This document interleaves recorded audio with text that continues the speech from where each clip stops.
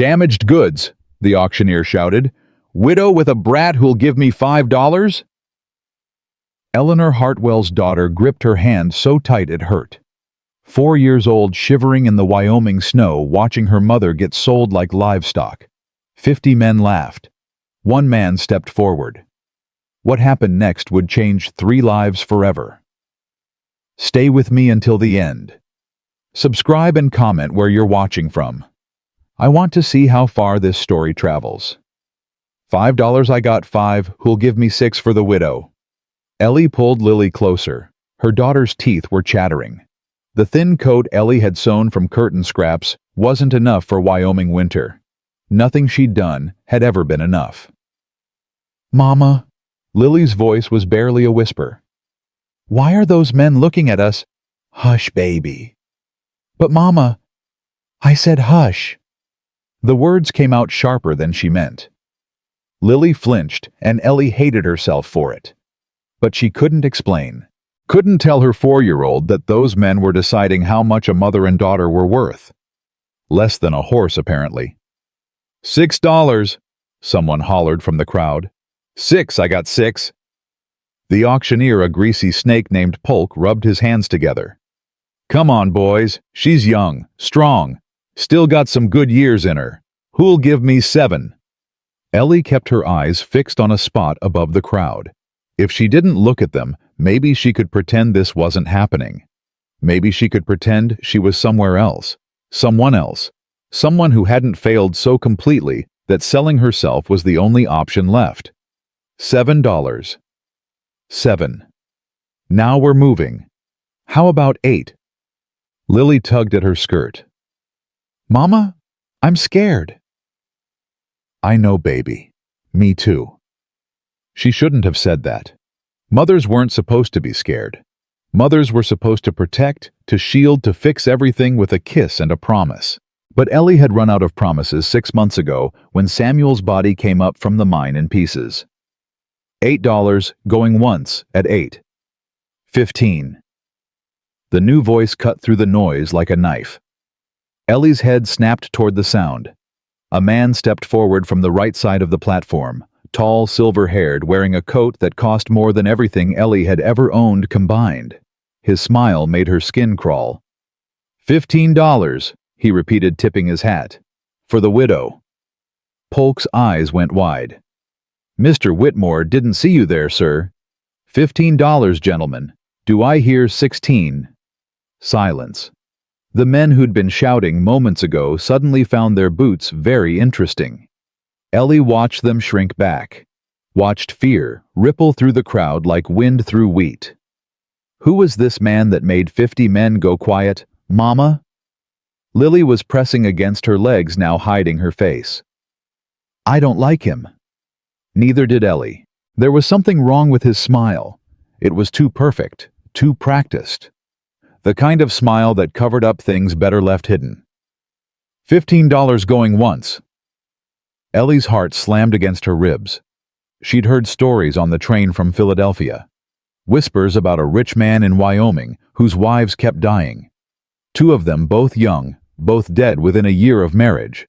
Don't let him buy you. The other women had warned, whatever you do, don't let him buy you. 15 going twice. Ellie opened her mouth, to say what she didn't know, to beg, to scream, to offer herself for free to anyone else. $30. Another voice, deeper, quieter, coming from the back of the crowd. Every head turned. A man stood at the edge of the gathering, half hidden in shadow. Tall, broad-shouldered, his hat pulled low, his face unreadable. $30, he said again, for the woman and the child. Polk nearly choked. 30. Did you say $30? I did. The silver-haired man, Whitmore, turned slowly. His perfect smile didn't waver, but something flickered behind his eyes. Caleb Stone. Whitmore's voice dripped honey and venom. Been a while. Didn't think bride auctions were your kind of entertainment. They ain't. Then why are you here? Stone stepped forward, into the light. Ellie saw his face clearly for the first time, weathered hard, a scar cutting through his left eyebrow. His eyes were gray, not soft gray, storm gray, the color of clouds before lightning strikes. "I'm here because I am," Stone said. $30. You want a bit higher, go ahead." Whitmore's jaw tightened, just for a second. Then that smile slid back into place. 35. 50. Gasps from the crowd. Polk fumbled his gavel. $50, the auctioneer sputtered. That's, it's my money." Stone reached into his coat and pulled out a leather pouch. "Count it if you don't believe me." He tossed it onto the platform. It landed heavy. Gold coins spilled out, glinting in the winter sun. Whitmore's smile finally cracked. 60, he snapped. 70. This is ridiculous. Whitmore stepped toward the platform, his hand moving toward his hip. "She's just a widow with a brat. She's not worth—" "She's worth what I say she's worth." Stone's voice hadn't risen, hadn't changed at all, but something in it made Whitmore stop cold. The two men stared at each other. Ellie could feel the hatred between them. Old hatred, deep hatred, the kind that had nothing to do with her. "Fine." Whitmore straightened his coat. "Take her. But remember this, Stone. Everything you touch has a way of dying. Your wife knew that. Your boy, too." Stone's whole body went rigid. "Walk away, Whitmore. Just stating facts. Walk away." For a long moment, nobody breathed. Then Whitmore laughed a cold, ugly sound and turned on his heel. "We'll meet again, Mrs. Hartwell," he called over his shoulder. "I'm a patient man." He disappeared into the crowd. Ellie's knees nearly buckled. She grabbed Lily and held her tight, her whole body shaking. "Sold to Mr. Stone," Polk announced, his voice cracking. $70. Come claim your purchase, sir." "Purchase?" Ellie flinched. Stone climbed the platform steps, slow, deliberate. His boots creaked on the frozen wood. Up close, he was bigger than she'd realized. Bigger and older, 35 maybe, with silver threading through his dark hair and lines carved deep around his eyes. He stopped in front of her and took off his hat. "Ma'am." His voice was rough, like he wasn't used to talking. "Name's Caleb Stone. I got a ranch 10 miles north." Ellie couldn't find words. Her throat was locked. Lily peered up at him from behind Ellie's skirts. "Are you going to take us away?" Stone crouched down, slowly, like he was approaching a spooked horse. "Only if you want to come," he said. "What's your name?" Lily glanced at Ellie, who managed a small nod. "Lily." "That's a pretty name." Stone's voice softened, just barely. "You cold, Lily?" "Yes." "Me too. How about we get somewhere warm?" Lily considered this. Then, "Do you have a fireplace?" "I do." "And food?" "Plenty." Lily looked at Ellie again. "Mama, I'm hungry." Ellie's eyes burned. She blinked hard. "I know, baby." "Then let's go with him. He has food." Simple as that. Child logic. She's hungry, he has food, problem solved. If only everything were that easy. Stone stood. His gray eyes met Ellie's. "I ain't gonna hurt you," he said quietly. "Either of you. I know that don't mean much from a stranger, but I'm saying it anyway." Ellie studied his face, searched for the lie, for the trap. She found nothing but exhaustion. "Why?" she whispered. "Why did you—" "Not here." Stone glanced at the dispersing crowd, at Whitmore's retreating figure. "Too many ears. We'll talk on the road." He held out his hand. Ellie looked at it. Calloused, scarred, steady. She took it. The wagon waited at the edge of town. An old Mexican man sat on the driver's bench, his eyebrows shooting up when he saw Stone approaching with Ellie and Lily. "Madre de Dios." The old man crossed himself. You actually did it. Said I would. I thought you were joking. When do I joke? The old man considered this. Never. That's fair. He tipped his hat to Ellie. Hector Morales, Senora. I apologize in advance for whatever trouble this one brings you. Hey, Stone said. It's true and you know it. Hector climbed down from the bench. Here, let me help with the little one. He reached for Lily, but she shrank back against Ellie. It's okay, baby, Ellie said. He's a friend. How do you know? Because Mr. Stone trusts him. How do you know that? Ellie didn't have an answer. She didn't know anything. She was running on fumes and faith and the desperate hope that she hadn't just made the worst decision of her life. I'll hold her, Stone said. He was already lifting Lily before Ellie could respond carefully, like she was made of glass. Come on, little one. Let's get you out of this cold. Lily stiffened for a moment. Then slowly she relaxed against his shoulder. You're warm, she said, surprised. I run hot. My mama used to say I had a furnace for a heart. What's a furnace? Big metal thing that makes heat. You never seen one? No. Huh. Well, I got one at the ranch. I'll show you. Stone set her on the wagon bench and turned to help Ellie up. His hand closed around hers, warm, steady, impersonal. Like a business transaction, which Ellie reminded herself was exactly what this was. Get in the back, Hector, Stone said, swinging up onto the bench. I'll drive. Since when do you drive? Since now. Hector grumbled in Spanish but climbed into the wagon bed, settling among the supplies. Stone clicked his tongue. The horses started forward. You asked why? He said once the town had shrunk behind them. On the platform. You asked why I did it. Ellie nodded. Her arms were wrapped tight around Lily, who was already starting to doze against her chest. Because Whitmore's a snake, Stone said. And because... He stopped, jaw tight. Because I got my reasons. That's not an answer. It's the only one I got right now. Ellie should have pushed, should have demanded more, but she was so tired, so cold, so wrung out from months of fighting just to survive. What happens when we get to your ranch? She asked instead. You work. I work. We don't get in each other's way. That's it.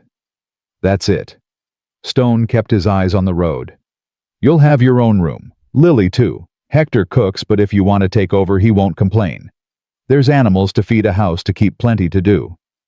And in exchange, a roof, food, safety. He paused. That's the deal. Nothing more. Nothing more. The words should have been reassuring. They weren't. What about Whitmore? Ellie asked. Stone's hands tightened on the reins. Just for a second. What about him? He didn't seem like a man who gives up easy. He ain't.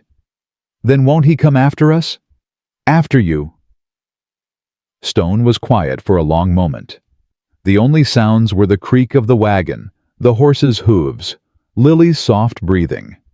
Whitmore and me got history, Stone finally said. He wants my land. Been trying to take it for years. Today, I just gave him another reason to hate me. And you did it anyway. I did. Why? Stone turned his head, looked at her. Really looked like he was trying to figure out a puzzle he couldn't solve. Ask me that again in a month, he said. Maybe by then, I'll have an answer. They rode in silence after that. The snow started falling harder. Fat flakes that stuck to Ellie's eyelashes and melted down her cheeks like tears.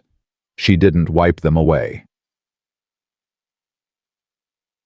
An hour into the ride, Lily woke up crying. Cold, she whimpered. Mama, I'm so cold. Ellie pulled her closer, rubbing her arms, but it wasn't enough. The thin coat was soaked through. Lily's lips were turning blue. Here. Stone was shrugging off his coat, heavy canvas lined with wool still warm from his body. I can't take... It ain't for you, It's for her. He wrapped it around Lily, tucking it under her chin. Better. Lily burrowed into the warmth. Smells like horse. Yeah, well, I spend a lot of time with horses. I like horses. Do you now? I never seen one up close before, but I like them. Stone's mouth twitched, almost a smile. Got plenty of horses at my place. Maybe tomorrow I'll introduce you. Really?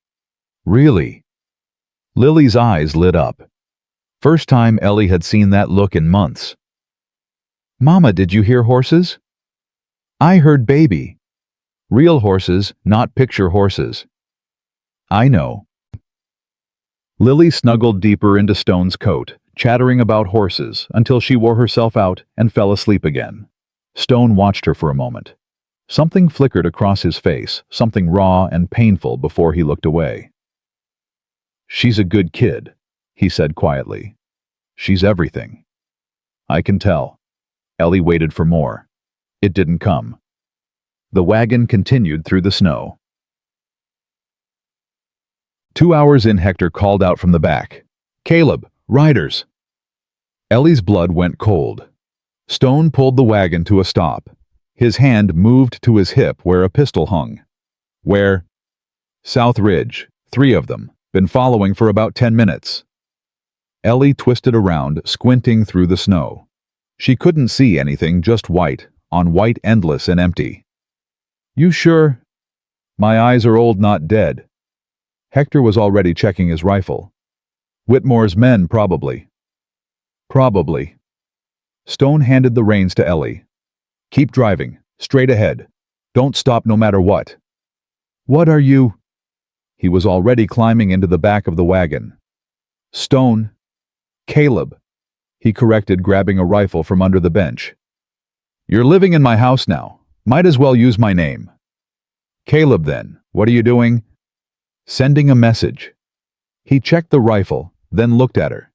His gray eyes were cold, focused. A different man from the one who'd wrapped his coat around her daughter. Drive, now. Ellie drove. The wagon lurched forward. Behind her, she heard Caleb say something low to Hector, heard the click of rifles being readied. Lily stirred. Mama. Shh, baby. Go back to sleep. But, sleep. A gunshot cracked through the air. Lily screamed.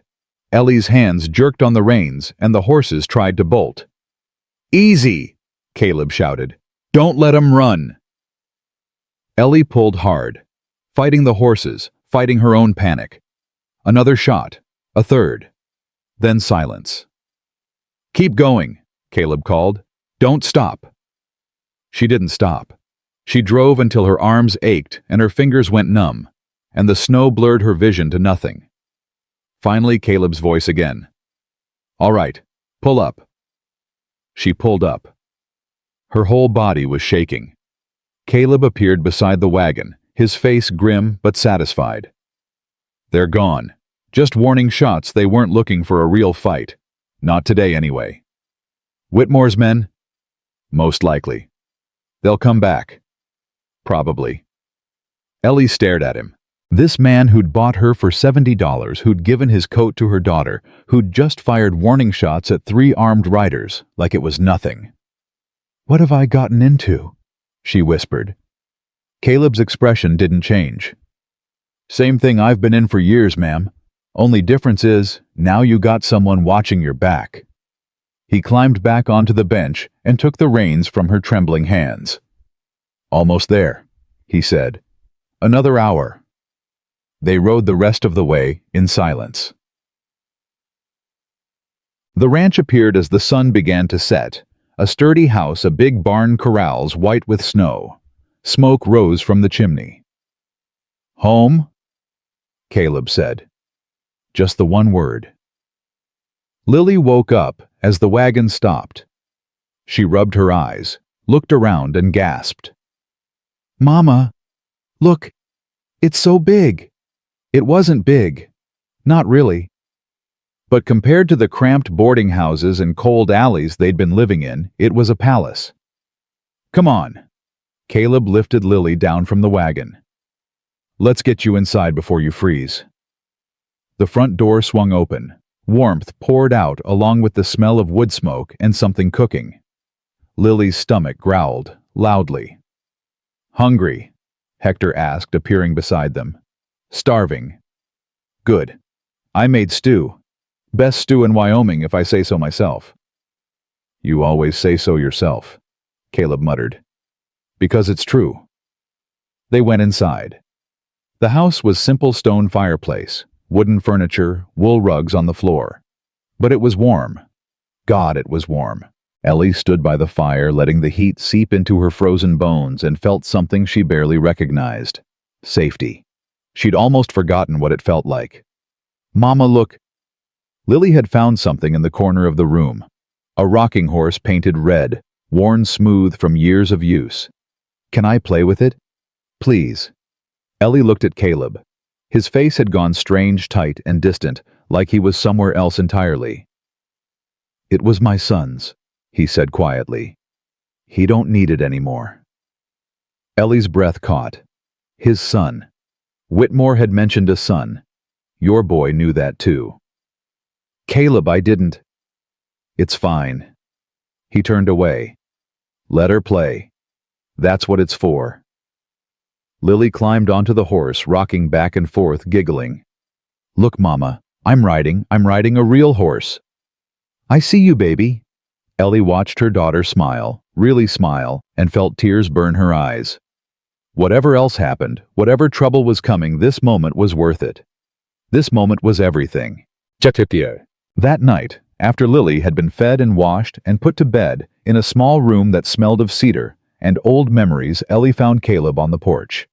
He stood with his back to her, staring out at the darkness. "She asleep?" he asked without turning.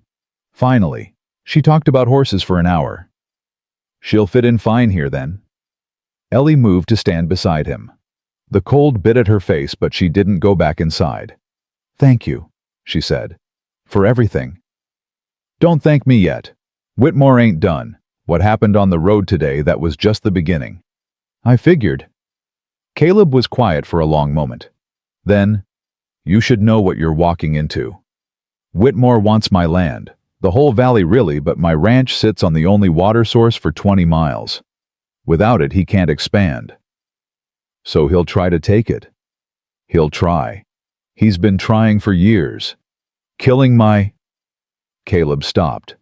His jaw worked. "He's been trying for years." Ellie heard what he didn't say, what he couldn't say, not yet. "I'm not afraid of him," she said. Caleb turned, looked at her with those storm-gray eyes. "You should be." "Maybe. But I've been afraid my whole life. Afraid of being poor, afraid of being alone, afraid of not being able to feed my daughter." She met his gaze. "I'm tired of being afraid. If Whitmore wants a fight, I won't run." Something flickered in Caleb's eyes. Surprise, maybe? Or recognition. "You're something else, Eleanor Hartwell." "Ellie. Nobody calls me Eleanor anymore." "Ellie, then." He held out his hand. "Welcome to Stone Ranch, and welcome to the war." She shook his hand. Strong grip. Steady. "One question," she said. "What?" "That rocking horse, your son. What happened to him?" Caleb's hand tightened on hers. Just for a second. Then he let go. "Ask me again in a month," he said. "When you've decided to stay." He walked back inside, leaving Ellie alone with the cold and the dark and 1,000 questions. Behind her, a coyote howled. In the distance, barely visible through the falling snow, 3 riders sat on the ridge, watching, waiting. Jasper Whitmore had made a promise, and he always kept his promises. I'll focus on developing the ranch dynamics, exploring character relationships through intense dialogue and subtle emotional shifts. The narrative will weave tension between the business arrangement and emerging personal connections, creating a complex emotional landscape that keeps readers engaged. The story will leverage authentic Western dialogue to reveal character motivations with strategic pacing that introduces micro-conflicts and unexpected character revelations. Each interaction, will subtly advance the underlying power dynamics between Caleb and the surrounding characters. Retention will come through strategic character moments that hint at deeper backstories and unresolved tensions, particularly around Caleb's mysterious past and the looming Whitmore threat. The language will remain spare and direct, matching the harsh ranch environment. The riders were gone by morning. Ellie knew because she'd watched the ridge all night, unable to sleep, jumping at every sound. When the first gray light crept through the window, the ridge was empty. That didn't make her feel better. "You look terrible." She spun around. Caleb stood in the doorway holding 2 cups of coffee. His face was unreadable, but his eyes flickered with something that might have been concern. "I didn't sleep." "I noticed." He handed her a cup. "You paced for 3 hours. Floorboards creak." "Sorry." "Don't be. I didn't sleep either." They stood in silence, drinking coffee, watching the sunrise paint the snow pink and gold.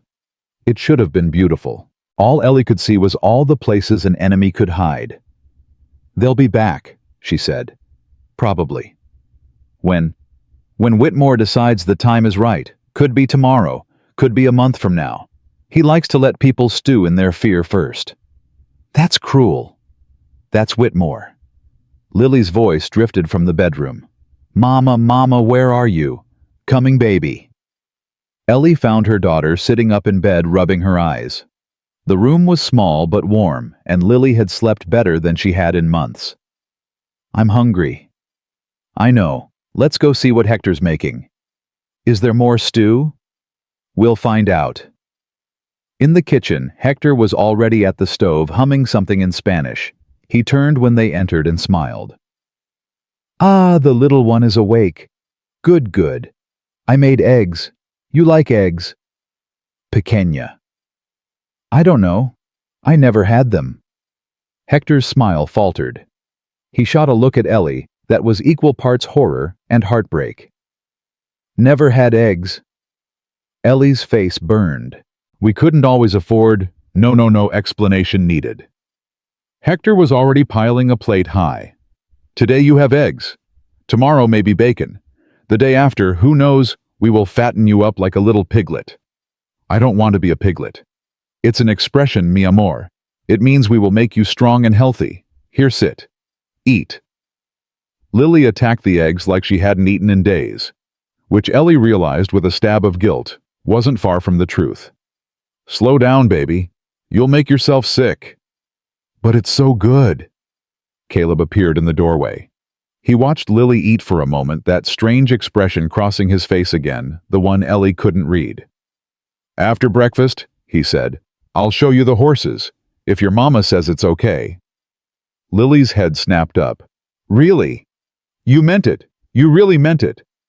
"I don't say things I don't mean." "Mama, can I? Please, please, please." Ellie hesitated, not because she wanted to say no. Lily's joy was the only thing keeping her sane right now, but because she didn't know the rules yet. Didn't know what was expected of her, what was allowed, what would make Caleb Stone decide she was more trouble than she was worth. "Go ahead," Caleb said quietly, reading her hesitation. "There's no test here. She's a kid. Kids should play." "Thank you." "Don't thank me. Just eat your breakfast." Ellie sat across from Lily and picked at a plate Hector set in front of her. She wasn't hungry, but she forced herself to eat anyway. She'd learned that lesson the hard way. When food was available, you ate it. You never knew when it wouldn't be. "So," Hector said, settling into a chair with his own coffee. "The señora. She has questions, yes." Ellie looked up. "What questions?" "About Caleb. About the ranch. About why a man who swore he would never marry again just spent $70 on a stranger." Hector's eyes twinkled. "I have been with him 20 years. I know all the answers." "Hector," Caleb's voice carried a warning. "What she should know what she's walking into. You won't tell her, so I will." "There's nothing to tell." "There is everything to tell." Hector turned to Ellie. "This man, he pretends to be made of stone. Like his name, yes. But underneath he is soft. Too soft. That is why he hurts so much. That's enough. He lost his wife 4 years ago. His son too. Since then he has been alone. By choice. He pushes everyone away because he is afraid. I said that's enough. Caleb's voice cracked like a whip. Lily flinched. Even Hector went quiet. The silence stretched thick and uncomfortable. Then Caleb took a breath. I'm sorry. I didn't mean to. He stopped, shook his head. I'll be in the barn. He left without another word.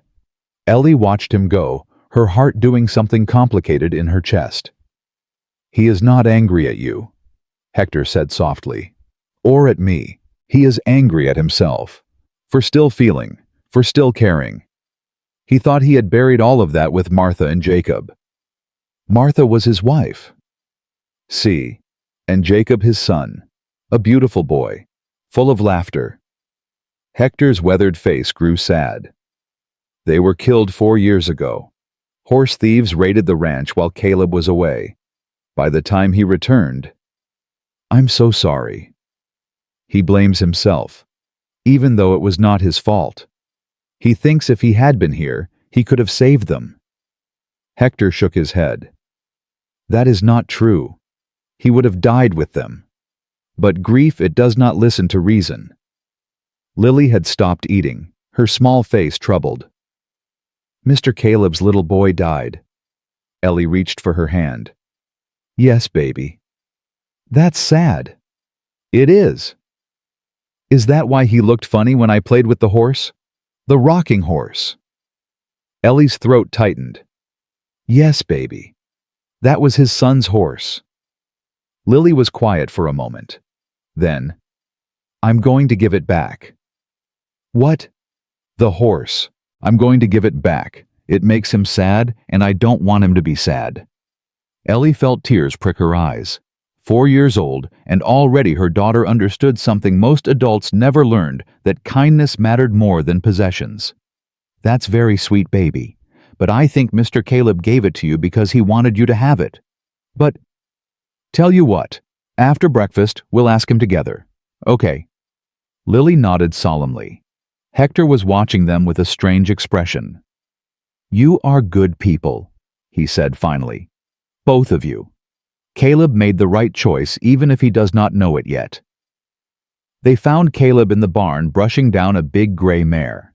His movements were mechanical automatic, like his body was working while his mind was somewhere else entirely. Mr. Caleb! He turned. Lily stood in the barn doorway clutching Ellie's hand, her small face determined. I want to give your horse back. Caleb blinked. What? The rocking horse. It was your little boy's. I don't want to make you sad. Something cracked in Caleb's expression. The mask he wore, the stone facade, fractured just for a second, and underneath Ellie saw raw, bleeding grief. Then he crouched down, bringing himself to Lily's level. You listen to me, he said, his voice rough. That horse, it was made for riding. For a kid to love. My boy, he loved it more than anything. And now he's gone, and the horse just sits there gathering dust.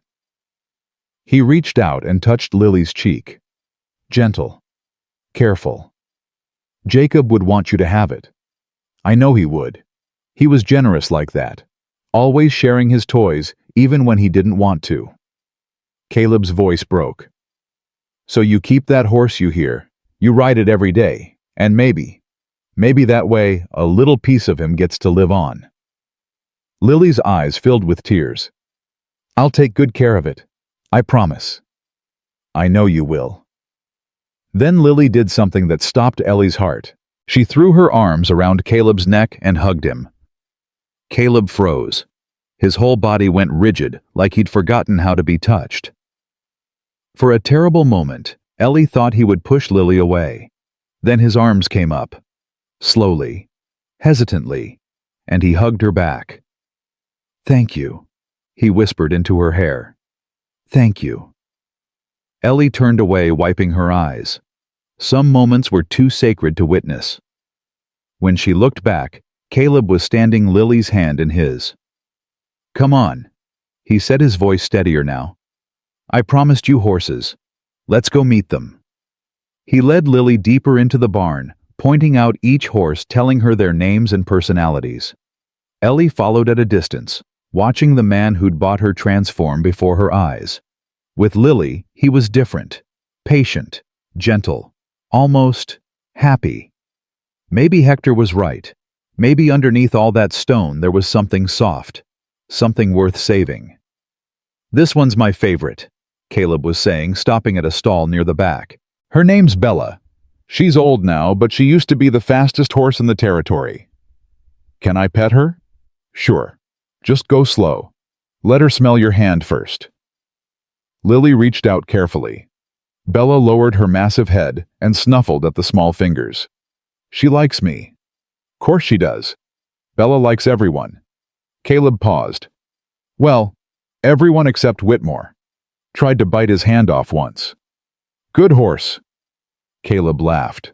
Actually laughed. The sound was rusty, like a door that hadn't been opened in years, but it was real. Ellie felt something shift in her chest. Dangerous, she told herself. This is dangerous. Don't forget why you're here. Don't forget what this is. But it was hard to remember the rules when Caleb Stone was smiling at her daughter like she was the sun. The days that followed fell into a rhythm. Ellie took over the cooking, discovering that she actually enjoyed it, now that she had proper ingredients and a real stove. Hector pretended to be offended, but she caught him sneaking seconds of her biscuits when he thought no one was looking. Lily bloomed. She followed Caleb around the ranch like a shadow, asking 1,000 questions, absorbing everything he taught her. By the third day, she could name all 12 horses. By the fifth, she was helping feed the chickens. "She's a natural," Caleb told Ellie one evening, watching Lily chase a rooster around the yard.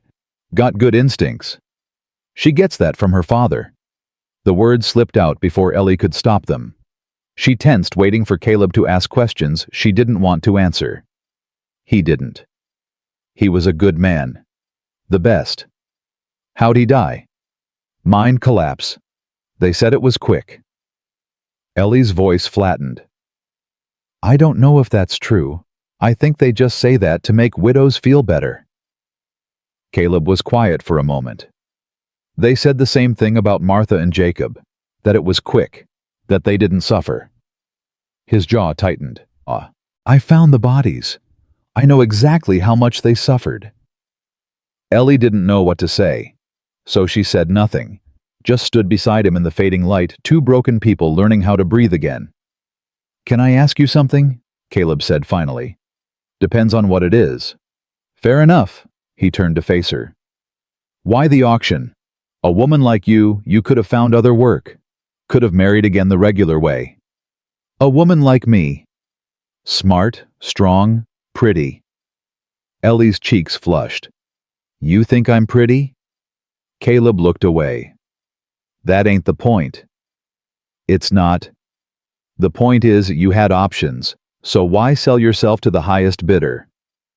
Ellie considered the question. It deserved an honest answer. "Because I was out of time," she said. "Samuel's family threw me out a week after his funeral, said I wasn't really his wife, that he'd married beneath him, and they weren't going to support his mistake."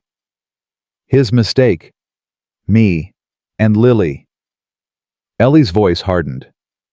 "I had nothing. No money, no family, no skills except sewing. And there were 100 seamstresses in Philadelphia willing to work for less than me. I took jobs when I could find them, but it was never enough. Lily was getting thinner, weaker. She got sick last winter, and I couldn't afford a doctor." She took a breath. "I heard about the bride auctions from a woman at the boarding house. She said men in the West were desperate for wives, that they'd pay good money and ask no questions. I figured at least Lily would be fed. At least she'd be warm.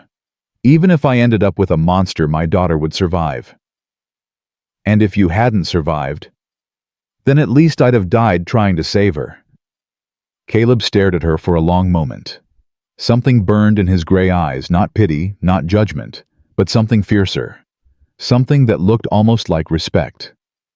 "You're braver than me," he said quietly. "I'd have given up." "No, You wouldn't have. You dove into a crowd of men to save a stranger. That's not giving up. That's different. How? He didn't answer. Just looked at her with those storm cloud eyes, and Ellie felt the air between them change, thicken, charge with something that hadn't been there before. Mama, Mr. Caleb. Look. The moment shattered. Lily came running up, clutching something in her fist. I found a rock. A pretty rock. Can I keep it? Caleb crouched down to examine the offering. That's quartz. Good eye, kid. What's quartz? A special kind of rock. Some people think it's magic. Really? Well, I don't know about magic, but it's pretty. Like you. Lily beamed. I'm going to keep it forever and ever.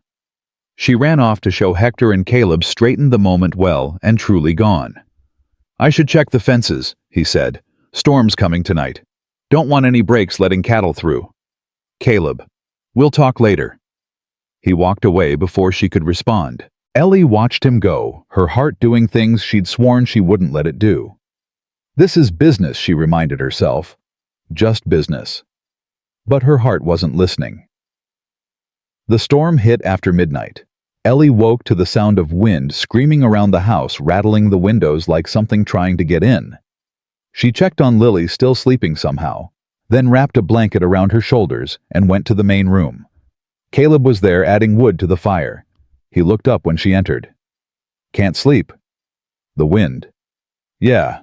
These mountain storms, they're something else. He gestured at the chair beside him. Might as well wait it out together. Ellie sat. The fire crackled between them, throwing dancing shadows on the walls. Can I ask you something now? She said. Depends. Fair enough. She pulled the blanket tighter. Yesterday in the barn, when Lily hugged you, you looked like you'd forgotten how. Caleb's hands stilled on the poker. That's not a question. No, I guess it's not. Silence stretched between them. The wind howled. The fire popped. I haven't been touched in 4 years, Caleb said finally. Not like that. Not with kindness. He set the poker down. After Martha and Jacob, I pushed everyone away. Hector tried it first. Friends from town. I wouldn't let them close. Figured if I didn't care about anyone, I couldn't lose anyone. Did it work? No, I just got lonelier. He laughed, bitter and brief. Turns out you can push people away and still miss them. Who knew? I knew, Ellie said softly. After Samuel died, I wanted to disappear. Just stop existing. But I had Lily, so I couldn't. She forced me to keep going even when I didn't want to. Kids do that. They do. Another silence, softer this time. He'd have liked you, Caleb said suddenly. Jacob, he loved meeting new people, would have talked your ear off about horses and bugs and whatever else crossed his mind. He sounds wonderful. He was. Caleb's voice cracked. He was the best thing I ever did, and I couldn't save him. I was off selling cattle while my family was being murdered. That wasn't your fault. Wasn't it? I knew Whitmore was dangerous. I knew he wanted my land. I should have stayed. Should have protected them. And then you'd be dead too. Maybe that would have been better. Ellie reached out and grabbed his hand, hard, fierce. Don't say that. Don't you ever say that. Caleb looked at her, startled. You survived, Ellie said. You survived, and that matters. Because if you hadn't survived, who would have saved me and Lily at that auction? Who would have stood up to Whitmore? Who would have given my daughter a horse to love and a safe place to sleep? Her voice broke. Your son is gone, and that's a tragedy I can't imagine. But you're still here. You're still fighting. And that's not nothing, Caleb Stone. That's everything. His hand turned in hers, fingers interlacing, holding on. You really believe that? I have to. Because if survival isn't worth something, then what's the point of any of this? They sat like that hand in hand while the storm raged outside. Something had shifted between them. Something neither of them was ready to name. Eventually, Ellie's eyes grew heavy. She felt herself drifting, leaning sideways, her head coming to rest on something warm and solid. Caleb's shoulder. She should move, should pull away, should remember that this was just business. But she was so tired, and he was so warm. And for the first time in years, she felt safe. She let herself sleep. When she woke, the storm had passed and she was alone. But there was a blanket tucked around her that hadn't been there before, and on the table beside her, a cup of coffee still steaming. The week passed without incident. No riders on the ridge, no threats, no signs of Whitmore at all. It made Ellie nervous. "He's planning something," she told Caleb over breakfast. "The quiet, it doesn't feel right." "It doesn't," Caleb agreed. "But there's nothing we can do except stay alert. Whitmore moves when he wants to move, not before." "I hate waiting." "Me too." Lily looked up from her eggs. "What are you waiting for?" "Nothing, baby. Eat your breakfast." That afternoon, Hector came back from town with supplies and news. "Whitmore's been busy," he reported, unloading the wagon. "He bought the Hendersons' farm last week, and the mill, and half the general store." Caleb's jaw tightened. "He's consolidating. Looks like. Everyone in town is scared. They know he's coming for them next." "He's coming for us first," Ellie said. "We're the ones who embarrassed him." "See, that is what I think too." Lily tugged at Ellie's sleeve. "Mama, what's consolidating?" "It means Mr. Whitmore is buying things." "Is that bad?" "It can be, baby. When someone buys too much, they get too powerful." "What?" "Like a bully." Ellie smoothed her daughter's hair. "Yes, exactly like a bully." "I don't like bullies." "Neither do I." That night, Caleb called everyone to the kitchen table. His face was grim. "We need to talk about what's coming." Hector nodded. Ellie pulled Lily onto her lap. "Whitmore's not going to let this go," Caleb continued. "The auction embarrassed him, made him look weak in front of the whole town. Men like him, they can't tolerate that. He'll hit back and he'll hit hard." "What do you think he'll do?" Ellie asked. "Could be anything. Burn the barn, run off the cattle, poison the well." Caleb's eyes darkened. "Or he could come after you directly, use you as leverage to force me out. He threatened that at the auction." "I remember." "So what do we do?" Caleb looked at Hector, then at Ellie, then at Lily. "We prepare," he said. "We watch, and when he comes, we fight." "I can fight," Lily announced. "I'm strong." Despite everything, Caleb smiled. "I know you are, little one. But this is grown-up fighting. Your job is to stay safe so we can concentrate on winning." "That's not fair." "No, it isn't." The attack came 3 days later. Ellie was in the chicken coop when she heard the shots. "Lily!" She ran for the house, heart pounding, but Lily was already at the door. Hector pulling her inside. "Stay here!" Hector shouted. "Both of you!" "Where's Caleb?" "The barn!" More shots. Ellie grabbed the rifle from above the mantel. Caleb had taught her to use it just yesterday and moved toward the window. "Mama, I'm scared." "I know, baby. Get under the table." "But now." Lily scrambled under the table. Ellie pressed herself against the wall, peering through the crack in the shutters.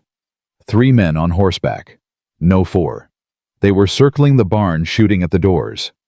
Caleb was inside. She could hear him returning fire, but he was outnumbered. "Hector!" The old man appeared beside her. "I see them. We have to help him." "See, I know." Hector checked his rifle. "When I go out the back, you cover me from the window. Can you do that?" "Yes." "Good. Wait for my signal." He slipped out the back door. Ellie waited, barely breathing, watching the riders circle. Then Hector appeared near the corral, raised his rifle, and fired. One of the riders went down. Ellie opened the shutter and added her own fire, aiming high, trying to scatter them rather than hit them. The riders wheeled confused, caught between 3 points of attack. "Go!" Hector shouted. "Get out of here!" The riders hesitated. Then Caleb burst from the barn firing as he ran, and that was enough. The 3 remaining men turned and fled, disappearing over the ridge. Silence. Then Caleb's voice. "Ellie, Ellie. I'm here." He ran to the house, bursting through the door, his eyes wild. "Are you hurt? Is Lily?" "We're fine. We're both fine." Lily crawled out from under the table and launched herself at Caleb's legs. "I was so scared." He scooped her up, holding her tight. "I know, little one. I know. But you were brave. You did exactly what you were supposed to do." His eyes met Ellie's over Lily's head. "You fired at them," he said. "I had to help. You could have been killed. So could you." Something passed between them. Understanding, respect, and something deeper. "We need to talk," Caleb said quietly. "Later." "No, now." He set Lily down and took Ellie's hand, leading her to the porch. Hector appeared, nodding at them, and took Lily to the kitchen with promises of cookies. "That was Whitmore's men," Caleb said. "A warning. Next time, they won't just shoot at barns." "I know. You should leave." Ellie's heart dropped. "What?" "Take Lily. Go back east. I'll give you money enough to start over somewhere safe." "You're sending me away." "I'm giving you a choice." Caleb's voice was rough. "This isn't your fight. You didn't ask for any of this. And I can't—" He stopped, swallowed hard. "I can't watch another woman I care about die because of me." Another woman he cared about. Ellie stared at him. "You care about me. That ain't the point." "It's exactly the point." She stepped closer. "You bought me to save me from Whitmore. Now you're sending me away to save me from Whitmore. When do I get a say in my own life? This is different." How is it different?" "Because before I didn't." He broke off, frustration etched across his face. "It's different. Say it." "Say what?" "Whatever you're trying not to say, just say it." Caleb's jaw worked. His hands clenched at his sides. For a long moment, he didn't speak.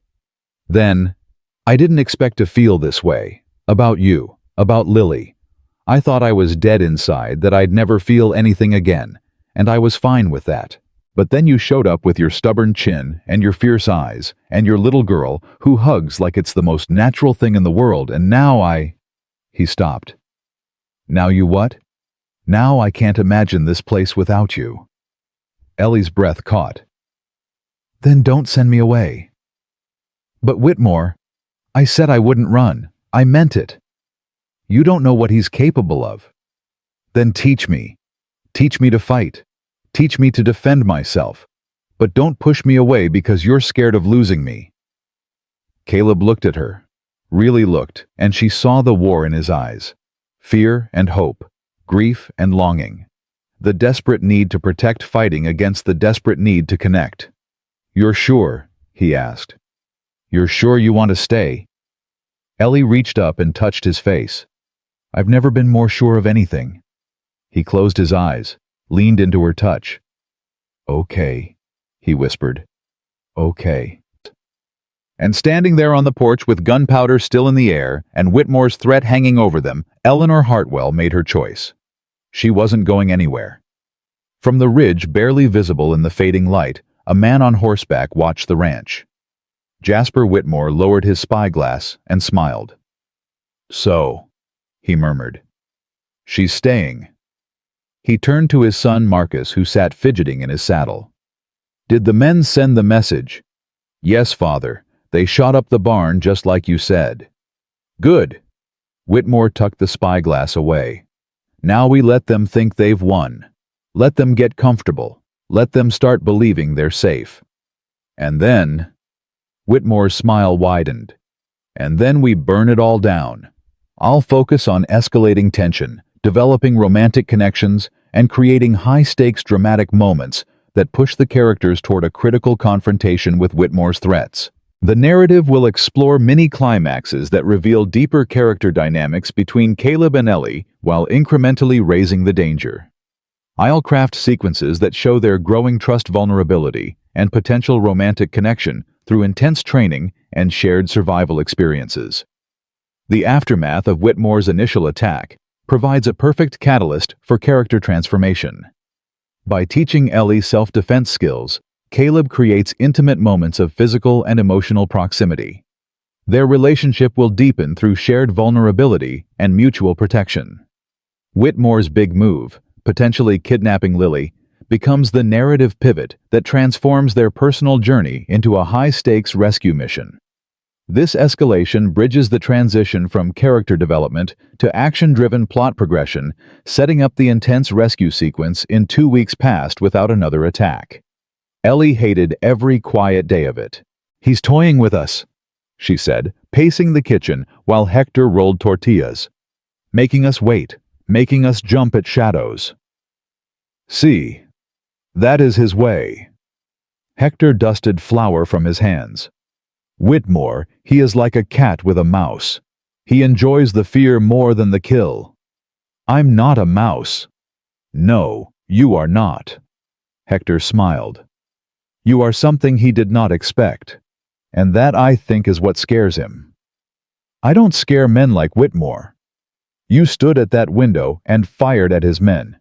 You chose to stay when Caleb offered you escape. You look at him like he is a man, not a monster." Hector's eyes twinkled. "Trust me, Senora, you scare him very much." Outside, Lily's laughter rang across the yard.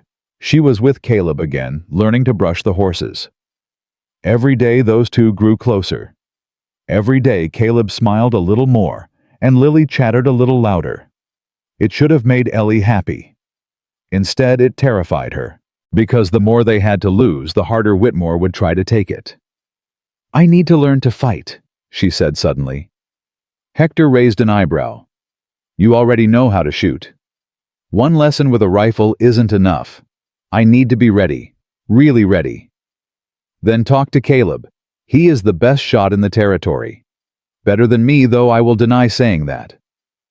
Ellie found him in the barn showing Lily how to check a horse's hooves. "See this part here?" Caleb was saying, his voice patient and warm. "That's the frog. Gotta keep it clean or the horse gets sick." "Frog," Lily giggled. "That's a funny name." "It is. I don't know why they call it that. Maybe because it's squishy." "Ew. Horses are pretty gross, actually. Beautiful, but gross." "Mama says I'm beautiful but gross too." Caleb laughed. That rusty, wonderful sound that Ellie had come to treasure. "Your mama's a smart woman." "I know." Lily spotted Ellie in the doorway. "Mama, Mr. Caleb is teaching me about horse frogs." "I heard." Ellie moved into the barn. "Can I borrow him for a minute?" Lily's face scrunched. "But we're not done." "It's important, baby. Grown-up stuff."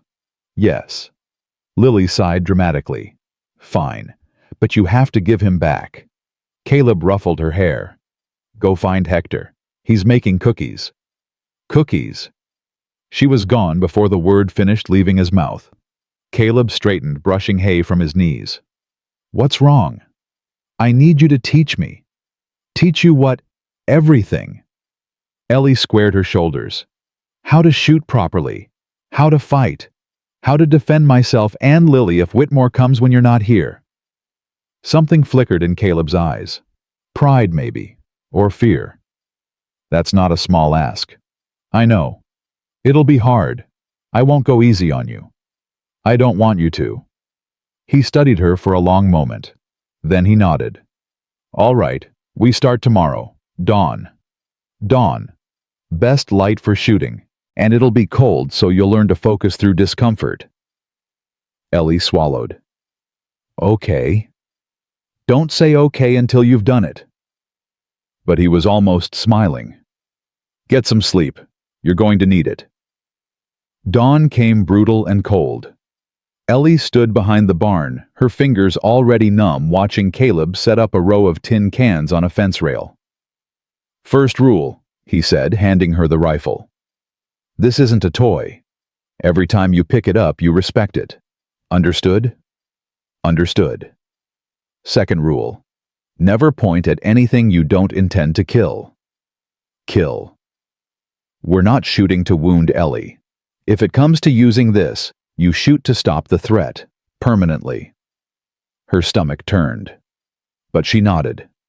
Third rule. Caleb moved behind her, adjusting her stance. His hands on her shoulders, her waist. Professional, impersonal. But she felt the warmth of him through her coat. Breathe. Most people hold their breath when they shoot. That makes you shake. Breathe in, breathe out halfway, hold, squeeze. Breathe in, out halfway, hold, squeeze. Good. Now try it. She tried. The kick slammed into her shoulder. The can didn't move. Again. She tried again. Missed. Again. Missed. Again. Missed.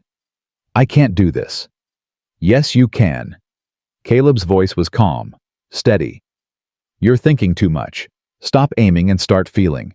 The gun is part of your arm. The target is part of your eye. You don't aim, you just look. That doesn't make sense. It will. Again. She fired. The can flew off the rail. There. Caleb's voice warmed. That's it. Do it again. By the end of the first hour, she'd hit 6 out of 10. By the end of the second, 8 out of 10. You're a natural, Caleb said, actually sounding surprised. I'm determined. There's a difference. Maybe. But determination's worth more than talent most days. They walked back to the house together. Ellie's shoulder aching, but her spirits high. She'd done something. Taken control. Stopped being a victim, waiting to be victimized. Caleb, yeah. Thank you for teaching me, for all of it. He stopped walking, turned to face her. You don't have to keep thanking me. I want to. Why? Because no one's ever... She struggled for words. Samuel was kind, but he never thought I could be strong. He protected me, sheltered me. And then he died, and I didn't know how to survive without him. She met Caleb's eyes. You're different. You're teaching me to protect myself. That's worth more than you know. Caleb was quiet for a long moment. Then he reached out and tucked a strand of hair behind her ear. You were always strong, he said softly. You just didn't know it yet. His hand lingered on her cheek, warm against her cold skin. Ellie's heart stuttered. Caleb, I know. He pulled back. I know. This isn't... We shouldn't. Why not? Because you're here because I bought you, because you didn't have a choice. And I won't be another man who takes from you. You're not taking. I'm giving. You don't know what you're saying. I know exactly what I'm saying. She stepped closer. Close enough to see the flecks of blue in his gray eyes. Close enough to feel his breath on her face. I was dead when I climbed onto that auction block, she whispered. Just a body going through motions. And then you saved me. You gave me a home. You gave my daughter a reason to laugh again. How can you think I don't know what I'm saying? Caleb's jaw worked. His hands clenched at his sides. Ellie. Kiss me. What? Kiss me. Right now. Or tell me you don't want to, and I'll never bring it up again. Silence stretched between them. Endless. Terrible. Then Caleb made a sound low in his throat and pulled her against him. The kiss was fierce. Desperate. 4 years of loneliness pouring out in a single moment. Ellie grabbed his coat, pulling him closer, and Caleb's hands tangled in her hair, tilting her head back, deepening the kiss until she couldn't breathe. When they finally broke apart, both gasping, Caleb pressed his forehead to hers. I tried not to feel this, he said roughly. Tried so hard. I know. I failed. I know that too. He laughed. That beautiful broken sound. What am I going to do with you, Eleanor Hartwell? I guess you'll have to figure that out. I guess I will. He kissed her again. Softer this time. A promise instead of a confession. And standing there in the cold morning light, Ellie felt something she hadn't felt in years. Hope. The days that followed were the happiest Ellie could remember. She continued her training every morning, getting better with the rifle, learning to reload quickly to stay calm under pressure. Caleb was a demanding teacher, but a fair one, and his praise rare, as it was meant everything. The afternoons belonged to the ranch. Cooking with Hector, feeding chickens with Lily, mending clothes by the fire. Normal things. Safe things. And the evenings? The evenings belonged to Caleb. They talked for hours after Lily went to bed. About their pasts, their fears, their hopes for a future neither of them had expected to want. Sometimes they just sat in comfortable silence, holding hands, watching the fire burn down. They hadn't done more than kiss. Caleb insisted on taking things slow, on making sure Ellie was certain. She appreciated it even when her body screamed for more. "I want to do this right," he told her one night. "I want you to know this isn't just convenience, or gratitude, or loneliness." "What is it then?" He'd looked at her with those storm-gray eyes and said simply, "Love." The word had hung between them like a gift. Ellie had taken it. But happiness, she was learning, never lasted.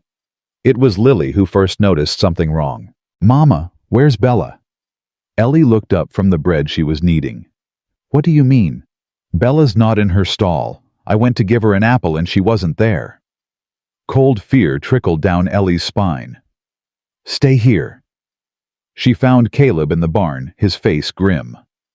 "3 horses missing," he said before she could speak. "Including Bella. Fence was cut on the north side. Whitmore." "Has to be. No one else would bother stealing horses they know I'll come looking for." "It's a trap." "Probably." "Then don't go." Caleb's jaw tightened. "I can't let him take from me without consequences. He'll think I'm weak. He'll push harder. And if he kills you, then Hector gets you and Lily out. There's money hidden under the floorboards in my room. Enough to start over somewhere far from here." "I don't want money. I want you alive." Caleb cupped her face in his hands. "I'm not planning on dying, but I need to know you'll be safe if the worst happens." Ellie wanted to argue, wanted to scream. But she saw the determination in his eyes and knew nothing would change his mind. "Come back to me," she whispered. "Promise me." "I promise." He kissed her hard, desperate, and then he was gone. The hours crawled by. Ellie tried to stay calm, tried to keep Lily distracted, but every minute felt like an eternity, and by noon, her nerves were frayed raw. "Mama, when is Mr. Caleb coming home?" "Soon, baby." "You keep saying that." "Because it's true." "You're lying. I can tell." Ellie knelt down to Lily's level. "I'm scared. Okay, I don't know when he's coming home, but I believe he will. Can you believe with me?" Lily's small face was serious. "Okay, Mama, I'll believe with you." "That's my brave girl." Hector appeared in the doorway, his expression tight. "Senora, Ryder coming." Ellie's heart leaped. "Caleb." "No, someone else." She grabbed the rifle and moved to the window. A single rider approached, moving slowly, hands raised. Not Caleb. Not Whitmore's men. Someone younger, nervous. "I know him," Hector said quietly. "That is Marcus Whitmore, the son." Ellie's finger tightened on the trigger. "What does he want?" "Only one way to find out." They met him on the porch, rifles ready. Marcus Whitmore stopped his horse 20 feet away and didn't dismount. "I'm not here to fight," he called out. "I have a message." "Then deliver it and leave." Marcus swallowed. Up close, he looked young, early 20s maybe, and terrified. "My father has Caleb's stone." Ellie's world stopped. "What?" The horses were a trap. Stone followed the trail right into an ambush. 5 men were waiting for him. Marcus's voice shook. My father's holding him at the old mill on Crooked Creek. He says, if you want Stone back alive, you'll come alone. Tonight. Before midnight. And if I don't, then he'll kill Stone and come for you anyway. He said to tell you—" Marcus paused, looking sick. "He said to tell you he's a patient man, but his patience has limits." Ellie's hands were shaking. The rifle felt impossibly heavy. "Why are you telling me this? Why not just let your father do whatever he's planning?" Marcus looked away. "Because I'm tired of watching people die. Because my mother was his first wife, and I know what really happened to her." His voice cracked. "Because Caleb Stone is a good man, and he doesn't deserve what my father's going to do to him." "Then help us." "I can't. If my father finds out I came here—" "Then don't let him find out. Help us, please." Marcus hesitated. She could see the war in his face, fear of his father against whatever conscience he had left. "There's a back entrance to the mill," he said finally. "Through the loading doors on the east side. They'll be watching the front but not the back. If you go that way, you might have a chance." "How many men?" 6 plus my father. 6 against 1. "I know. I'm sorry. I'm so sorry." Marcus pulled his horse around. "I have to go. If he realizes I'm gone—" "Marcus?" He stopped. "Thank you." He didn't answer, just rode away, disappearing over the ridge. Ellie turned to find Hector watching her. "You're not going alone," he said. "I have to." He said alone. "And you trust the word of a Whitmore?" "Not Jasper." "But Marcus, I think he was telling the truth." "Even if he was, it's still a trap." "I know." Ellie's voice hardened. "But Caleb went into that trap because of me. Because he wanted to protect me. I won't let him die for it." "Then I go with you." "No. Someone has to stay with Lily. If I don't come back—" "Don't talk like that." "If I don't come back," Ellie repeated firmly, "you take her somewhere safe. Use the money Caleb mentioned. Give her a good life. Promise me." Hector's old eyes filled with tears. "Senora, promise me." "I promise." Ellie found Lily playing with the rocking horse, singing softly to herself. The sight nearly broke her. "Baby." Lily looked up. "Yes, Mama. I have to go somewhere tonight. Hector's going to take care of you while I'm gone." "Where are you going?" "To help Mr. Caleb." Lily's face crumpled. "Is he in trouble?" "Yes, baby. He is." "Then I want to come. I can help. I'm brave." Ellie knelt down and pulled her daughter into her arms. "I know you're brave. You're the bravest girl I know. But this is something Mama has to do alone. Can you be brave here with Hector?" Lily was crying now. "I don't want you to go." "I know. I don't want to go either. But Mr. Caleb saved us. Remember. He pulled us out of that awful place and gave us a home. Now I have to save him." "But what if you don't come back?" The question hit Ellie like a punch. "Then you remember that I love you," she whispered. "More than anything in the whole world. And you grow up strong and kind and brave just like you already are. Can you do that for me?"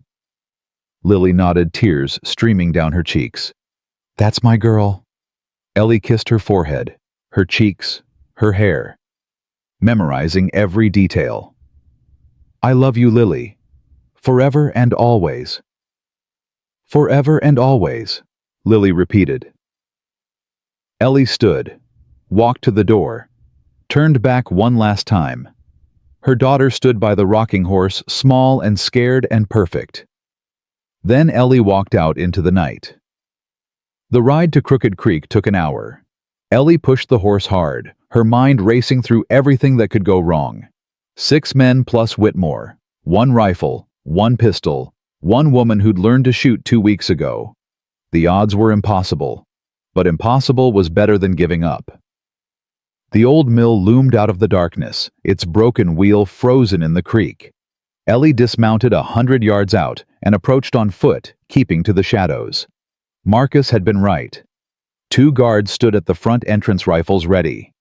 But the east side was dark and unguarded. Ellie crept around the building, her heart pounding so loud she was sure someone would hear it. The loading doors Marcus mentioned were there slightly ajar. She slipped inside. The mill was dark, except for a single lantern in the center of the main floor. And in that pool of light, tied to a chair, bloody and beaten, was Caleb. Ellie's stomach lurched. "Ah, Mrs. Hartwell." She spun.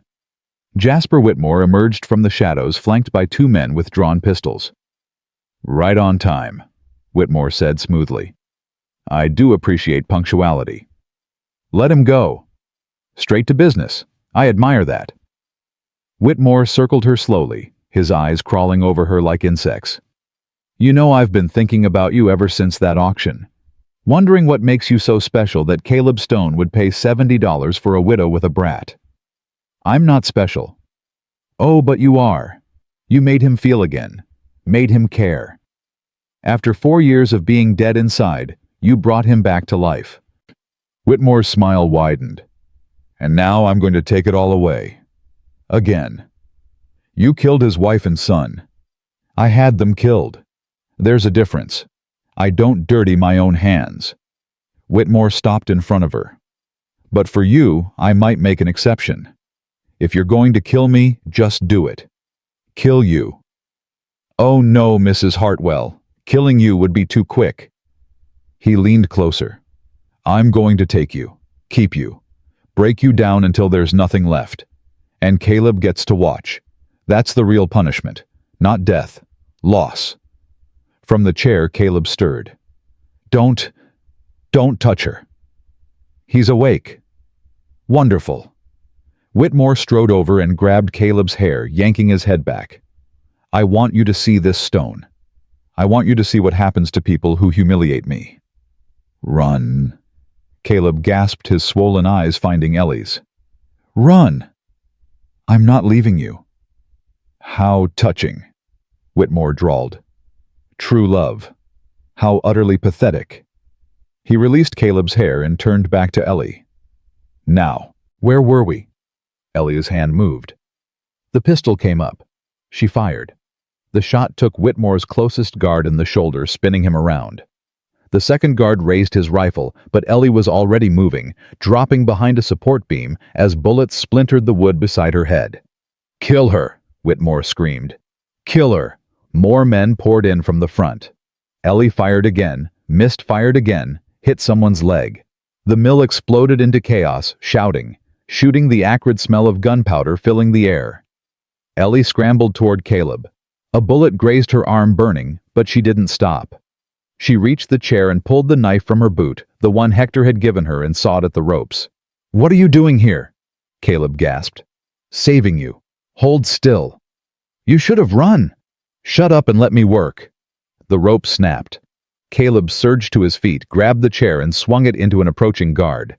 The man went down hard. "Gun," Caleb said. Ellie tossed him the pistol. He caught it, fired twice, dropped 2 more men. "The back door," Ellie shouted. "We have to. Going somewhere." Whitmore stood between them and the exit, a derringer in his hand. "I have to admit," he said, breathing hard, "you're more trouble than I expected, both of you." "It's over, Whitmore," Caleb said. "Your men are down. You're alone." "Am I?" Whitmore's smile was bloody but triumphant. "I have something you don't, Stone. Something that guarantees you'll do exactly what I say." "And what's that?" Whitmore reached into his coat and pulled out something small, something pink. Lily's ribbon. Ellie's heart stopped. "My men picked up the girl an hour ago," Whitmore said. "Lovely child. Surprisingly quiet when you explain what happens to little girls who scream." "You're lying," Ellie breathed. "Am I? Want to test that theory?" Whitmore tucked the ribbon back into his coat.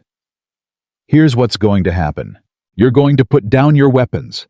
You're going to let my remaining men tie you up. And then we're all going to take a nice ride to my ranch, where we'll discuss the future. And if we refuse, then you'll never see Lily again." Ellie looked at Caleb. His face was a mask of fury, but beneath it, she saw the same terrible truth she felt. They had no choice. Slowly, Caleb lowered the pistol. "That's right," Whitmore said. "Nice and easy." Ellie let her rifle fall. "Good, very good." Whitmore gestured to his men. "Tie them up. We're leaving." As the ropes bit into her wrists, Ellie felt despair settle into her bones. She'd come to save Caleb. Instead, she'd doomed them both. And somewhere out there, her daughter was in the hands of a monster. "Don't worry," Whitmore whispered in her ear as they dragged her toward the door. "You'll see her soon. One last time. I always let mothers say goodbye." The night swallowed them whole. Let me write this with high intensity, lots of dialogue, emotional depth and fast pacing. The wagon jolted over frozen ground, every bump sending pain through Ellie's bound wrists. Beside her, Caleb sat silent, his face a mask of barely controlled rage. 2 guards rode behind them, 2 more ahead. Whitmore led the way on his black stallion, whistling a cheerful tune that made Ellie want to scream. "He's lying," Caleb said quietly. "About Lily. He has to be. The ribbon was hers. Could have stolen it. Could have found it. Or he could have her." Ellie's voice cracked. "If he has her, if he hurts her, we'll get her back." "How?" "We're tied up. We're outnumbered. We'll find a way." Caleb's eyes met hers in the darkness. "I promise you, Ellie, we'll find a way." She wanted to believe him. God, she wanted to believe him. But hope felt like a luxury she couldn't afford. The ride to Whitmore's ranch took 2 hours. By the time they arrived, Ellie's fingers had gone numb and her arm throbbed where the bullet had grazed it. "Welcome to the Double W," Whitmore announced, dismounting with a flourish. "Make yourselves comfortable. You'll be staying a while." They were dragged from the wagon and marched into a large building that smelled of hay and animal fear. A barn, Ellie realized. They were being kept in a barn like livestock. Fitting, she thought bitterly. "Tie them to the posts," Whitmore ordered. "Separately. I don't want them conspiring." The guards shoved Ellie against a wooden support beam and secured her wrists behind her back. Caleb was tied to a post 20 feet away, too far to touch close enough to see. "Comfortable?" Whitmore asked, examining his prisoners with satisfaction. "Where's my daughter?" "Safe, for now." "Prove it. Let me see her." Whitmore laughed. "You're not in a position to make demands, Mrs. Hartwell, but since you asked so nicely..." He snapped his fingers. "Marcus, bring the girl." Ellie's heart nearly stopped. A door opened at the far end of the barn. Marcus Whitmore emerged, his face pale and sick-looking, and in his arms was Lily. "Mama! Baby! Oh God, baby!" Lily struggled against Marcus's grip, reaching for her mother with desperate hands. "Mama! I want Mama!" "It's okay, sweetheart. It's okay. I'm here." "Let me go. Let me go." "Hush, child." Whitmore's voice was cold. "The more you fight, the worse this gets." Lily went still, her small body trembling. Her eyes found Ellie's across the barn, filled with terror and confusion. "I told you," Whitmore said, turning back to Ellie.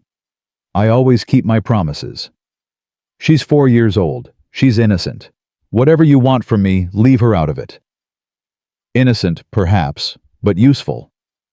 Whitmore stroked Lily's hair and Ellie nearly choked on her own rage. Children make excellent leverage. People do such stupid things to protect them. "I'll kill you," Caleb said quietly. "If you hurt that child, I'll kill you with my bare hands." "You're welcome to try." Whitmore smiled. "But first we have business to discuss." He walked to the center of the barn, positioning himself between his prisoners like a preacher at a pulpit. "Here's what's going to happen. Tomorrow morning, you're both going to sign documents transferring your property to me. Stone Ranch, the water rights, everything. In exchange, I'll let you live. And Lily." The girl stays with me. Insurance, you understand, to make sure you don't do anything foolish like going to the law. No. Ellie's voice shook. No, you can't. I can do whatever I want, Mrs. Hartwell. That's the beauty of power. Whitmore leaned closer. But I'm not unreasonable. Cooperate fully, and perhaps I'll let you see her occasionally. Fight me and... He shrugged. Well, accidents happen to children all the time. You're a monster. I'm a businessman. There's a difference. He straightened his coat. You have until dawn to think it over. I suggest you use the time wisely. He walked toward the door, then paused. Oh, and Marcus. Stay here. Make sure our guests don't get any ideas. Marcus nodded, his face ashen. Whitmore left, taking most of his men with him. The barn fell silent. Lily was crying softly, still trapped in Marcus's arms. Ellie wanted to tear free of her bonds, wanted to run to her daughter, wanted to hurt anyone who stood in her way. But she couldn't move, couldn't do anything but watch her child suffer. Marcus, Caleb's voice cut through the silence. Look at me. Marcus didn't look. I said, look at me. Slowly, reluctantly, Marcus raised his eyes. You came to warn us, Caleb said. At the ranch. You told Ellie about the back entrance. Why? I don't know what you're talking about. Yes, you do. You helped us. You tried to give us a chance. I didn't. Your father's a monster. You said it yourself. You're tired of watching people die. Caleb's voice softened. This is your chance to stop it. Right here. Right now. I can't. Marcus's voice cracked. He'll kill me. He'll kill that little girl. Is that what you want on your conscience? Marcus looked down at Lily, who had stopped crying and was staring up at him with huge wet eyes. Please, she whispered. Please let me go to my mama. Something broke in Marcus's face. I can't fight them all, he said. There's 6 men outside. Even if I wanted to. You don't have to fight, just untie us. Give us a chance. And then what? They'll know I helped. They'll hunt me down. Come with us. Ellie's voice was urgent. We'll protect you. Testify against your father, and you'll be free of him forever. Marcus hesitated. The war in his eyes was painful to watch. My mother, he said slowly. She didn't fall down the stairs.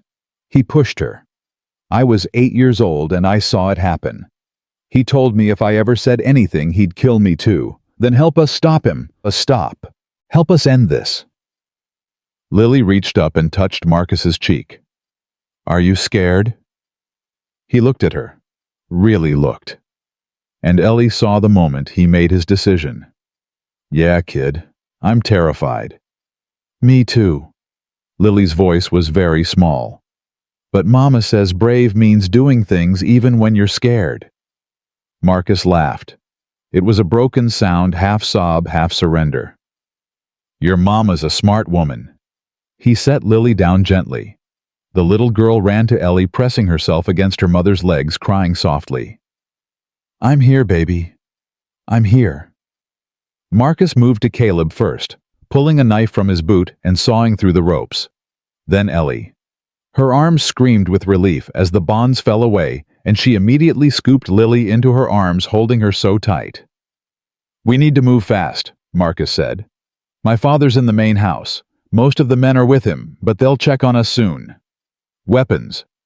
There's a gun rack in the tack room. Rifles, ammunition. Get them.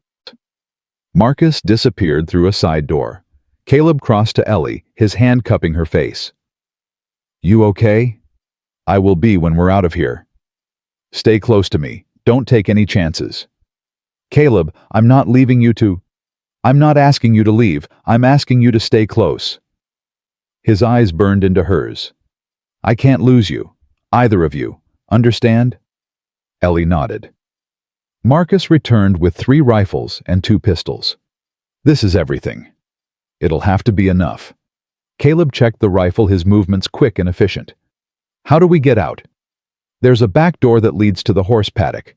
My father keeps fresh mounts there. If we can reach them, we can outrun them. Maybe, if we're fast. Then let's be fast. They moved to the back door. Caleb went first, rifle raised, scanning the darkness. Ellie followed with Lily clinging to her neck, and Marcus brought up the rear. The night was cold and still. Too still. "Something's wrong," Ellie whispered. "I know." Caleb's voice was tight. "Keep moving." They crossed toward the paddock, staying low, every shadow a potential threat. Ellie's heart pounded so loud she was sure it would give them away. They were 20 feet from the horses when a voice rang out. "That's far enough." Light flooded the yard as lanterns were uncovered. Men emerged from every direction, rifles pointed, forming a circle of death. And in the center stood Jasper Whitmore. "Did you really think I wouldn't anticipate this?" He shook his head sadly. "Marcus, I'm disappointed. I had such hopes for you." Marcus stepped forward, putting himself between his father and Lily. "Let them go. Let them go, after you've betrayed me." Whitmore's laugh was cruel. "I don't think so." "Then take me, kill me. I don't care anymore. Just let them go." A noble sentiment. But no. You see, Marcus, the problem with mercy is that it encourages repetition. If I let them go, others will think they can defy me too. Whitmore smiled. "I can't have that."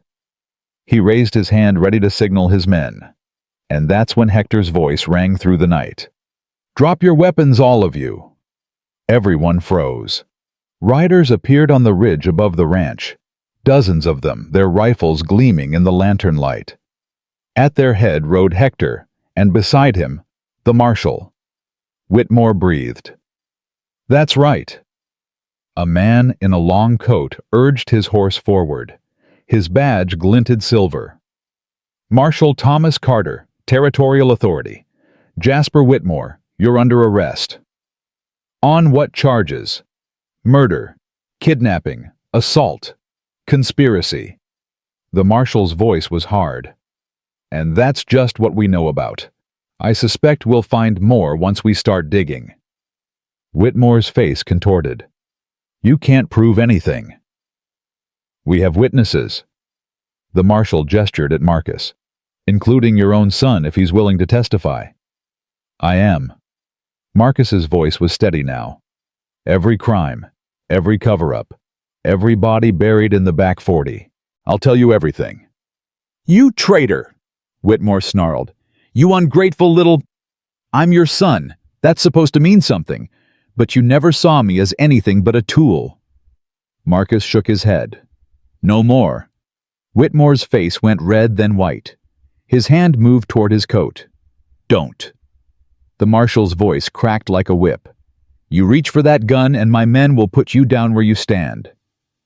For a long moment, Whitmore didn't move. Then slowly he raised his hands.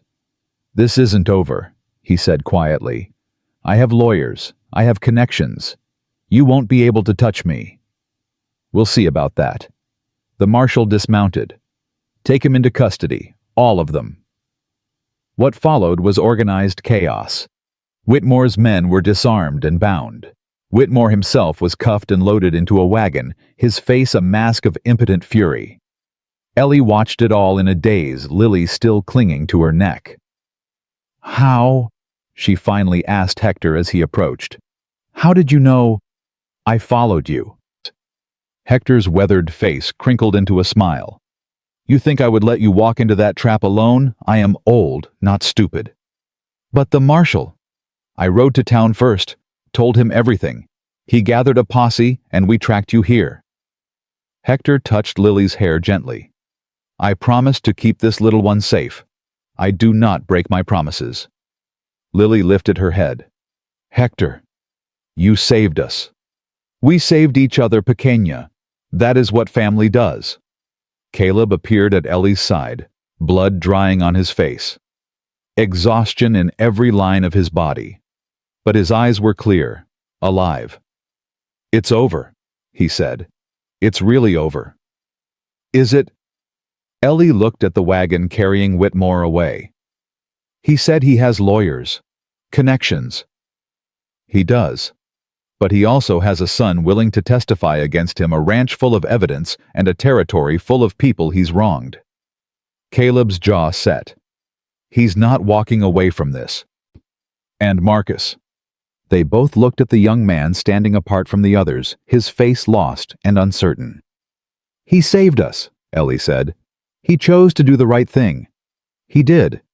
So what happens to him? Caleb was quiet for a moment. Then he walked toward Marcus. Hey. Marcus looked up wary. If you're going to hit me, go ahead. I deserve it. I'm not going to hit you. Caleb held out his hand. I'm going to thank you. Marcus stared at the offered hand like it was a snake. I don't understand. You helped save the woman I love and a little girl who doesn't deserve any of this. That took courage. Caleb's voice softened. I know something about fathers who don't deserve the name. I know how hard it is to break free. But you did it, and that matters. Slowly Marcus took Caleb's hand. What do I do now? His voice was that of a lost child. I've got nothing. No family, no home, no... You've got us. Ellie stepped forward, Lily still in her arms. If you want it. Why would you help me after everything my father did? Because you're not your father. Ellie's voice was firm. You made a choice tonight, the right choice. That's who you are, not whose blood runs in your veins. Marcus's eyes filled with tears he didn't bother to hide. I don't know what to say. Say you'll testify. Make sure your father pays for what he's done. And then? Ellie glanced at Caleb. Then, we'll figure out the rest together.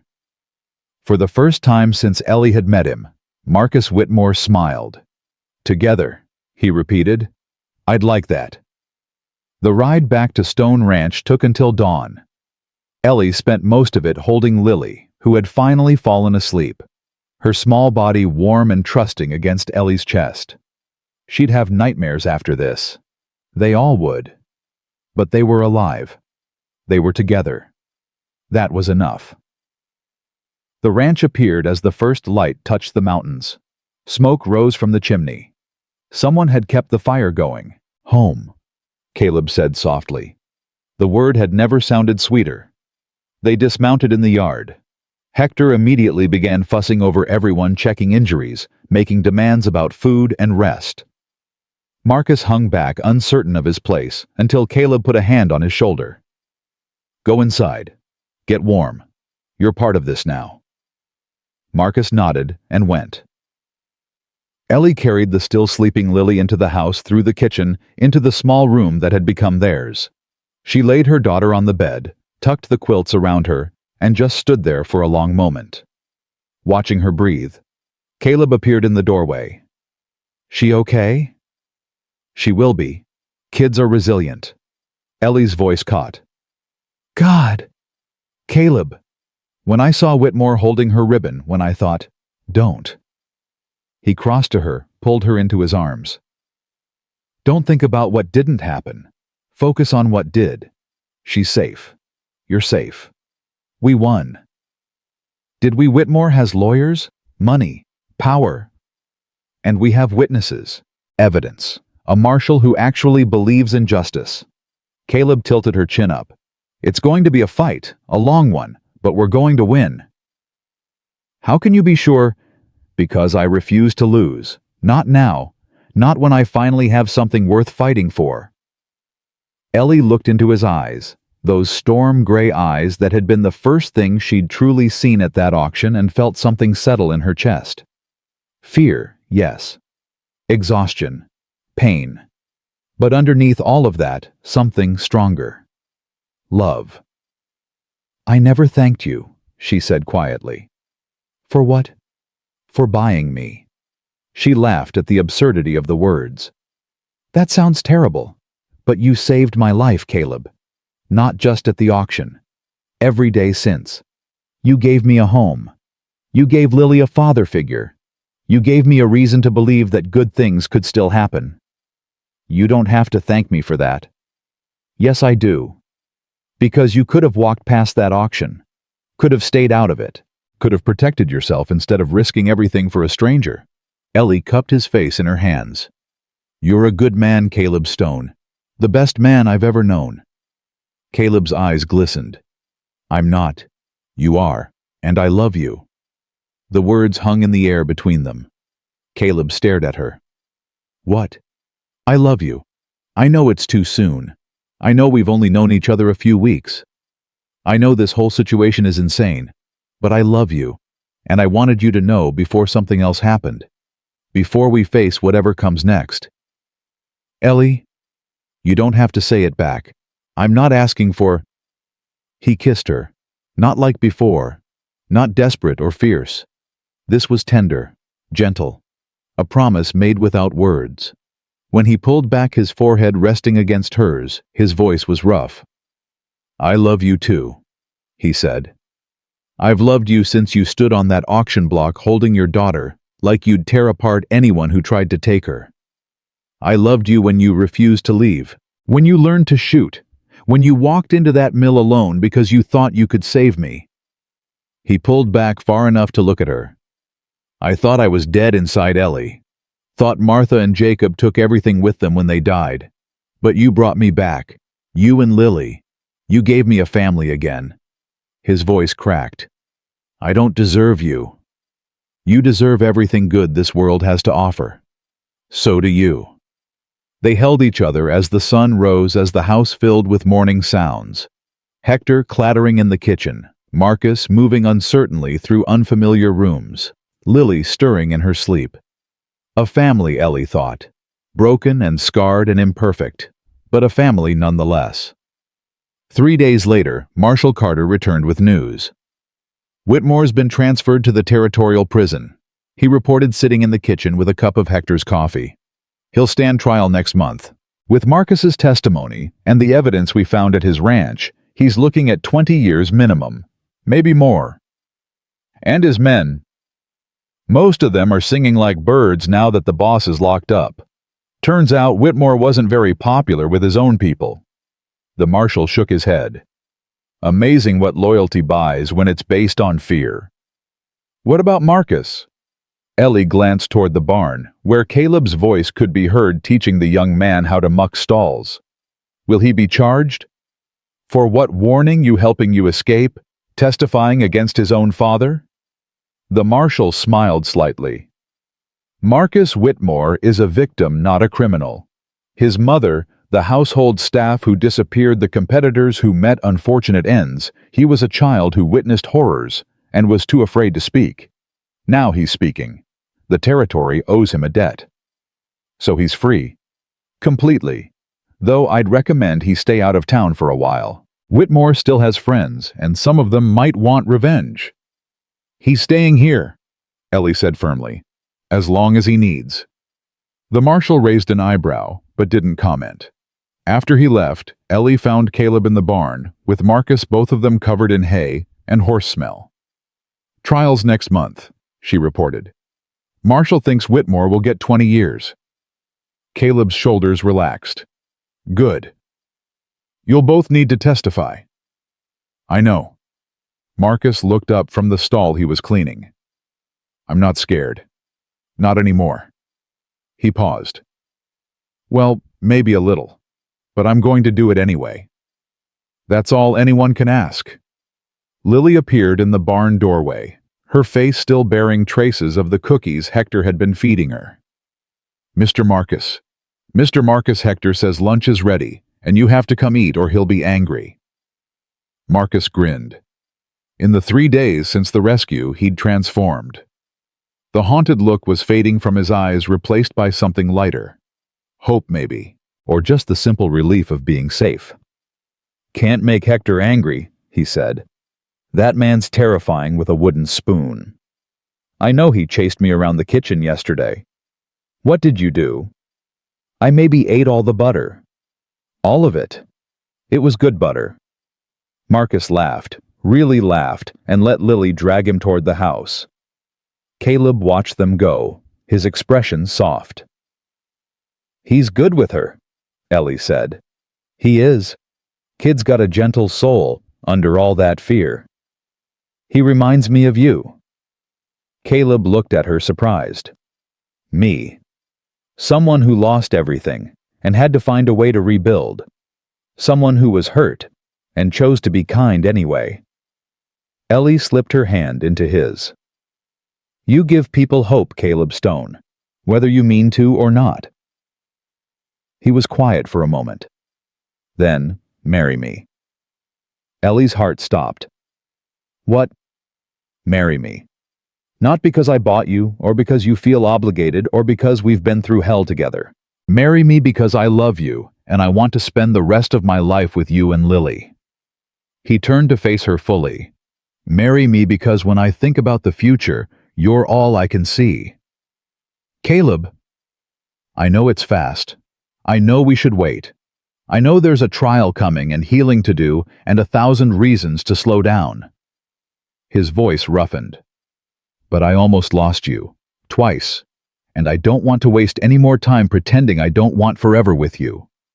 Ellie looked at this man, this beautiful, broken, brave man, and felt her heart overflow. Yes. Yes. Yes, I'll marry you, tomorrow if you want.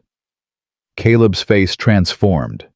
The exhaustion, the worry, the weight of years, all of it fell away, replaced by pure, radiant joy. Tomorrow might be pushing it. Hector will want to cook something elaborate.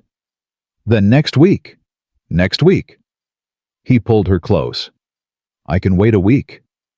Just a week. Don't push it, woman. I've been patient long enough. She laughed, and he kissed her, and for one perfect moment, everything was exactly as it should be. In the distance, Lily's voice rang across the yard. Mama, Mr. Caleb Hector made pie. They broke apart, laughing.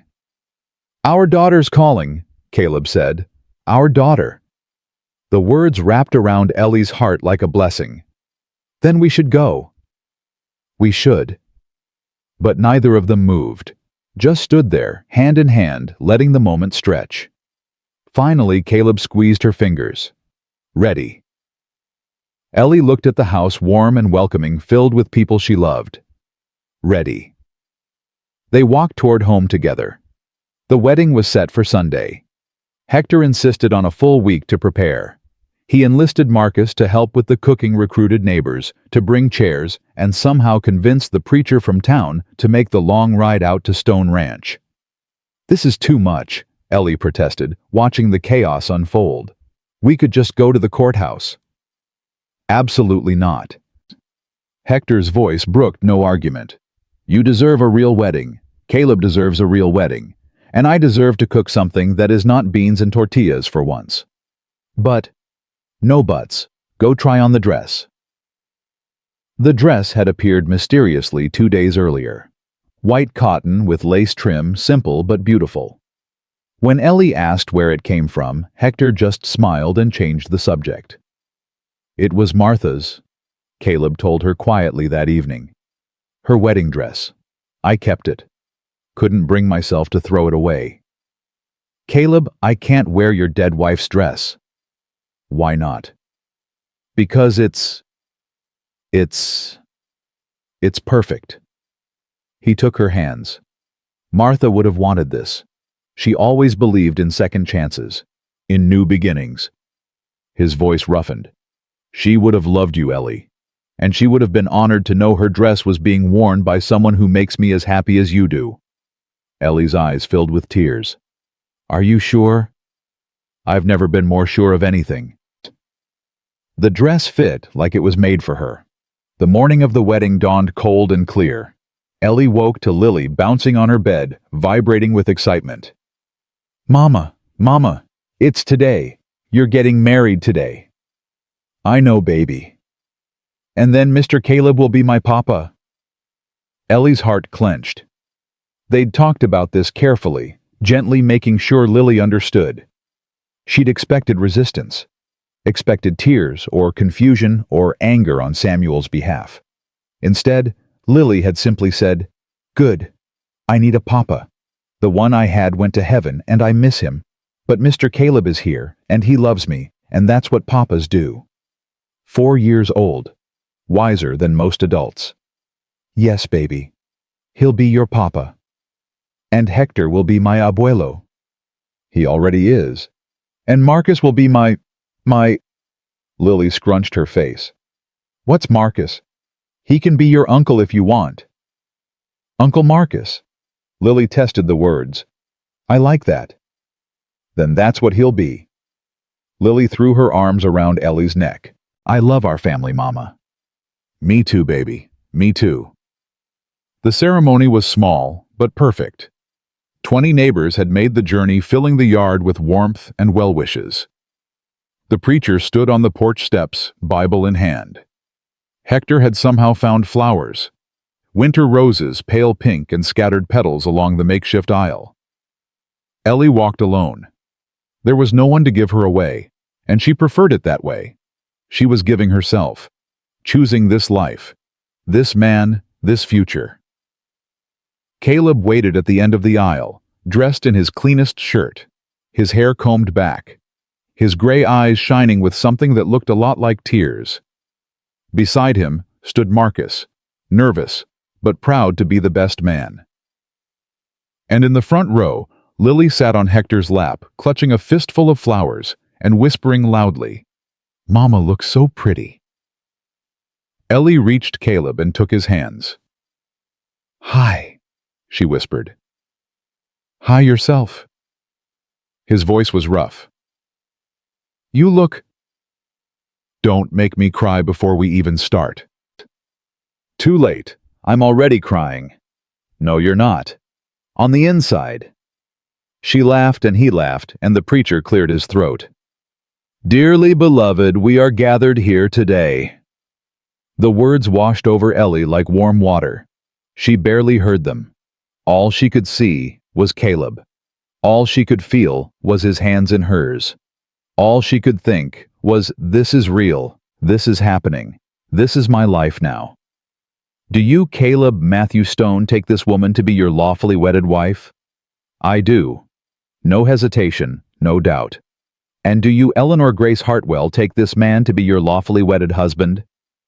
Ellie looked into those storm-gray eyes, the same eyes that had found her across a crowded auction, the same eyes that had promised to keep her safe, and felt her heart overflow.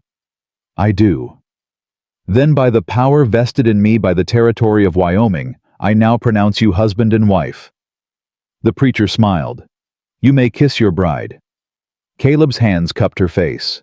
Finally, he murmured. And then he kissed her. The crowd erupted in cheers. Lily shrieked with joy. Hector was openly weeping. And somewhere in the chaos, Marcus whistled so loudly it probably scared the horses. When they finally broke apart, Ellie was laughing and crying at the same time. We did it, she said. We did. Caleb's smile could have lit up the night. Hello, Mrs. Stone. Hello, husband. He kissed her again just because he could. The celebration lasted well into the evening. Hector had outdone himself, roasted chicken, fresh bread, 3 different pies. The neighbors had brought gifts, quilts, preserves, a beautiful wooden cradle that made Ellie blush and Caleb grin. For the future, old Mrs. Henderson said with a wink. You'll need it soon enough. Lily appointed herself official hostess, leading guests on tours of the ranch and introducing everyone to the horses. By the time the sun set, she was asleep in Marcus's arms, exhausted but happy. I'll put her to bed, Marcus offered. You sure? Yeah. He looked down at Lily's sleeping face, something soft in his expression. I've got her. He carried her into the house, and Ellie watched him go with a full heart. He's good with her, Caleb said, appearing at her side. He's good, period. Just needed someone to show him. You showed him? We showed him, together. Caleb pulled her close, his arm around her waist.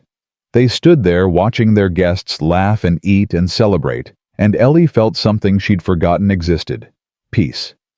What are you thinking? Caleb asked. That I'm happy. Really, truly happy. She looked up at him. I didn't think I'd ever feel this way again. Me neither. Do you think it'll last? The happiness? Any of it. The trial's still coming. Whitmore still has friends. And life? Life has a way of taking things away. Caleb turned her to face him, his hands on her shoulders. Listen to me. Yes, there's a trial coming. Yes, there might be more trouble, but whatever comes, we face it together. That's what marriage means. That's what family means. His eyes burned into hers. I spent 4 years running from life because I was afraid of losing more. But you taught me something. You and Lily. You taught me that love is worth the risk. Every time. Ellie's throat tightened. Caleb? I'm not going anywhere, Ellie. Not ever. You're stuck with me now. Promise. Promise. She kissed him soft and slow, sealing the vow. Get a room, someone shouted from the crowd. They broke apart, laughing. Good idea, Caleb murmured against her ear. Think anyone would notice if we disappeared? Everyone would notice. Worth it. Ellie grinned.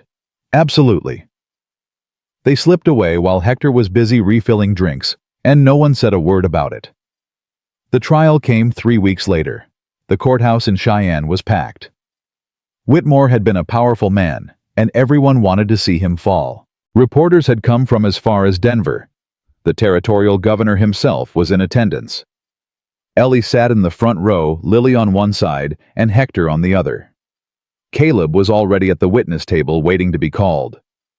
Marcus sat beside him, pale but determined. All rise, the bailiff announced. The Honorable Judge Walter Prescott presiding. The judge was an older man with sharp eyes and no tolerance for nonsense. He took his seat, surveyed the packed courtroom, and nodded. We're here today for the trial of Jasper Theodore Whitmore, charged with murder in the first-degree kidnapping, assault, conspiracy, and various other crimes. He looked at Whitmore, who sat at the defendant's table in prison. Clothes, his silver hair disheveled, his perfect smile nowhere in sight. How does the defendant plead, not guilty, Your Honor? Whitmore's lawyer was a slick city man who'd come all the way from San Francisco. My client is an upstanding businessman who has been the victim of a coordinated smear campaign. Save it for your opening statement, counselor. The judge banged his gavel. Let's proceed. The prosecution laid out their case methodically. Witnesses testified to Whitmore's threats, his violence, his pattern of driving out smaller ranchers. Financial records showed bribes to local officials. Former employees described hidden graves on the ranch. But the most powerful testimony came from Marcus. He took the stand with shaking hands but a steady voice. State your name for the record. Marcus James Whitmore. And your relationship to the defendant? He's my father. A murmur rippled through the courtroom. Whitmore's face contorted with fury, but the judge silenced him with a look. Tell us what you know, Mr. Whitmore. And Marcus did. He told them about his mother, the first wife, pushed down the stairs when Marcus was 8 years old. He told them about the second wife, poisoned slowly over months. He told them about the competitors who disappeared, the witnesses who were silenced, the bodies buried in the back pasture. He told them about Ellie and Lily, about the kidnapping, about his father's plan to keep the child as leverage.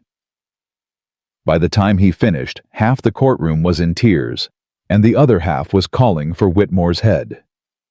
You're a liar, Whitmore screamed, lunging to his feet. You ungrateful, treacherous. Order! The judge's gavel cracked like a gunshot. Restrain the defendant. Guards rushed forward. Whitmore fought them, his face purple with rage, screaming obscenities at his son. I should have drowned you when you were born. You're nothing. You're worthless. You're... They dragged him from the courtroom, and the doors slammed shut behind him. Silence. Then the judge turned to Marcus. You showed tremendous courage today, young man. The court thanks you. Marcus nodded, unable to speak. His eyes found Ellie's across the courtroom, and she gave him a small, proud smile. He'd done it. He'd broken free. The jury deliberated for less than an hour. We, the jury, find the defendant Jasper Theodore Whitmore guilty on all counts. The courtroom exploded. Cheers, sobs, reporters shouting questions. Through it all, Ellie sat perfectly still, letting the words sink in. Guilty. All counts. It was over. Caleb appeared beside her, pulling her into his arms. We won. We won. Lily tugged at her skirt. Mama, why is everyone crying? Because we're happy, baby. That's silly. You cry when you're sad. Sometimes you cry when you're happy too. Grown-ups are confusing. Yes, we are. The judge sentenced Whitmore to life in prison.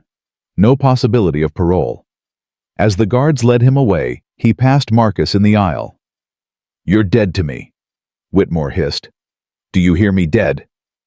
Marcus didn't flinch. I've been dead to you my whole life. At least now I'm free. Whitmore's face twisted, but there was nothing he could do. The guards pushed him forward through the doors out of their lives forever. Ellie watched him go and felt nothing but relief. It's over, she breathed. But Caleb shook his head.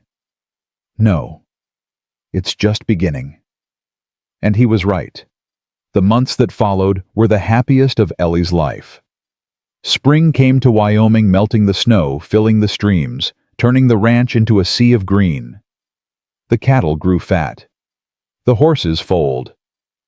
And Stone Ranch thrived as it never had before. With Whitmore gone, the whole valley seemed to breathe easier. Former victims came forward with stories and gratitude. Neighboring ranchers stopped by with offers of help and friendship. The isolation Caleb had cultivated for 4 years melted away like winter ice. Marcus threw himself into ranch work with surprising dedication. He had a natural gift with animals and an unexpected talent for carpentry. By summer, he'd built a small cabin on the far edge of the property, his own place but close enough to share meals with the family. You don't have to stay, Caleb told him one evening. You could go anywhere. Start fresh somewhere nobody knows your name. I know. Marcus looked out at the land, the rolling hills, the distant mountains, the home he'd helped build. But I don't want to start fresh. I want to start here, with you, with Ellie and Lily. He smiled. With my family. And that's what they became. Family.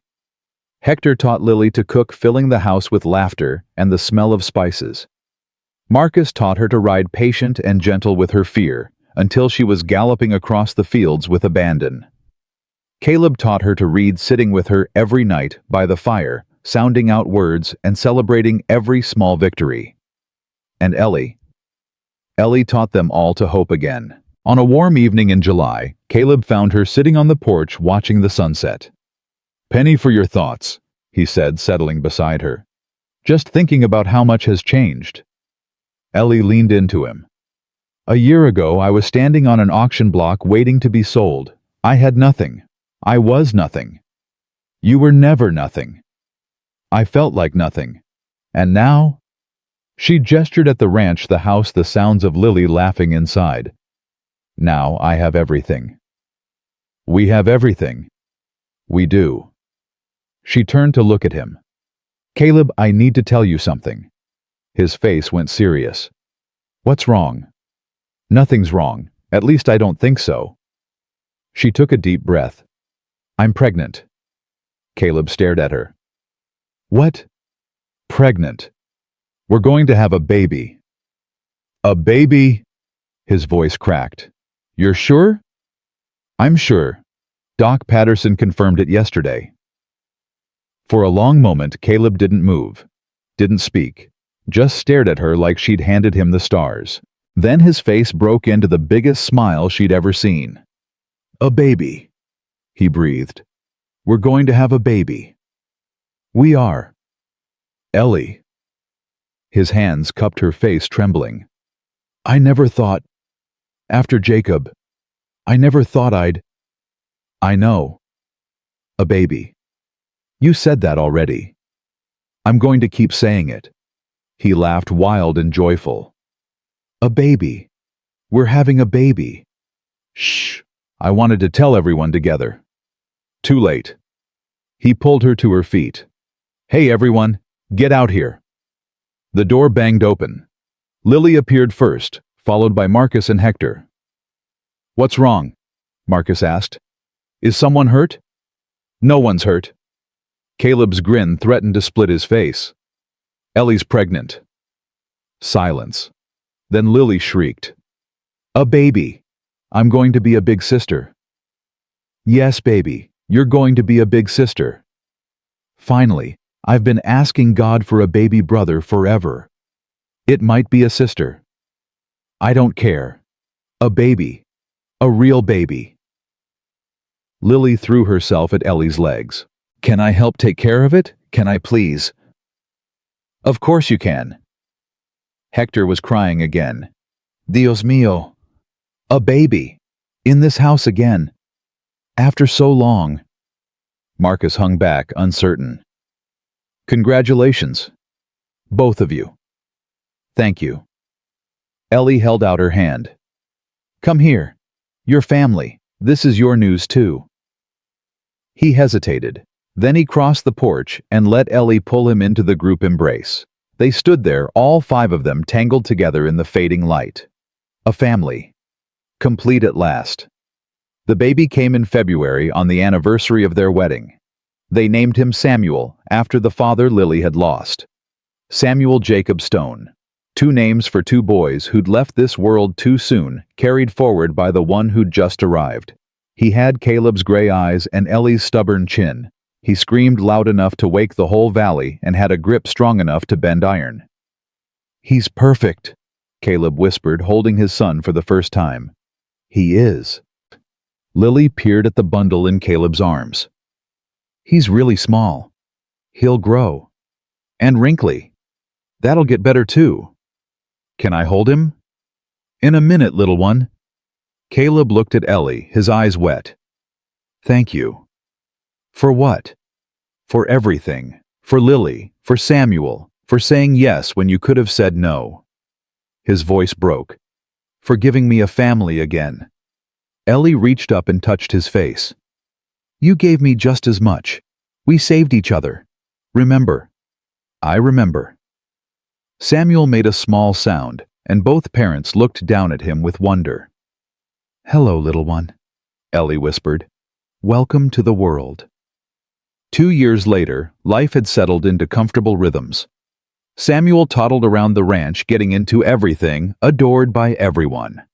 Lily had grown into a confident young girl, already talking about wanting to be a rancher when she grew up.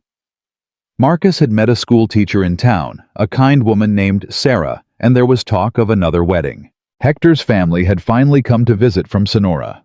12 grandchildren descended on the ranch for 2 weeks of chaos and joy. And when they left, Hector cried for 3 days straight. I miss them already, he admitted. So go visit, Caleb said. We can manage for a few months. You need me here. We need you happy. Caleb put a hand on the old man's shoulder. You've given us everything, Hector. 25 years of your life. It's time you took something back. So Hector went to Sonora for the winter. He sent letters full of grandchildren's exploits and promised to return in spring. He kept that promise. The ranch continued to grow. Caleb expanded the herd, bought more land, hired new hands. Former Whitmore employees, mostly men who'd been trapped under a tyrant and were grateful for honest work. Stone Ranch became a symbol in the valley. A place where second chances were possible. Where broken people could heal. Do you ever think about the auction? Caleb asked one night, lying beside Ellie in their bed. Sometimes.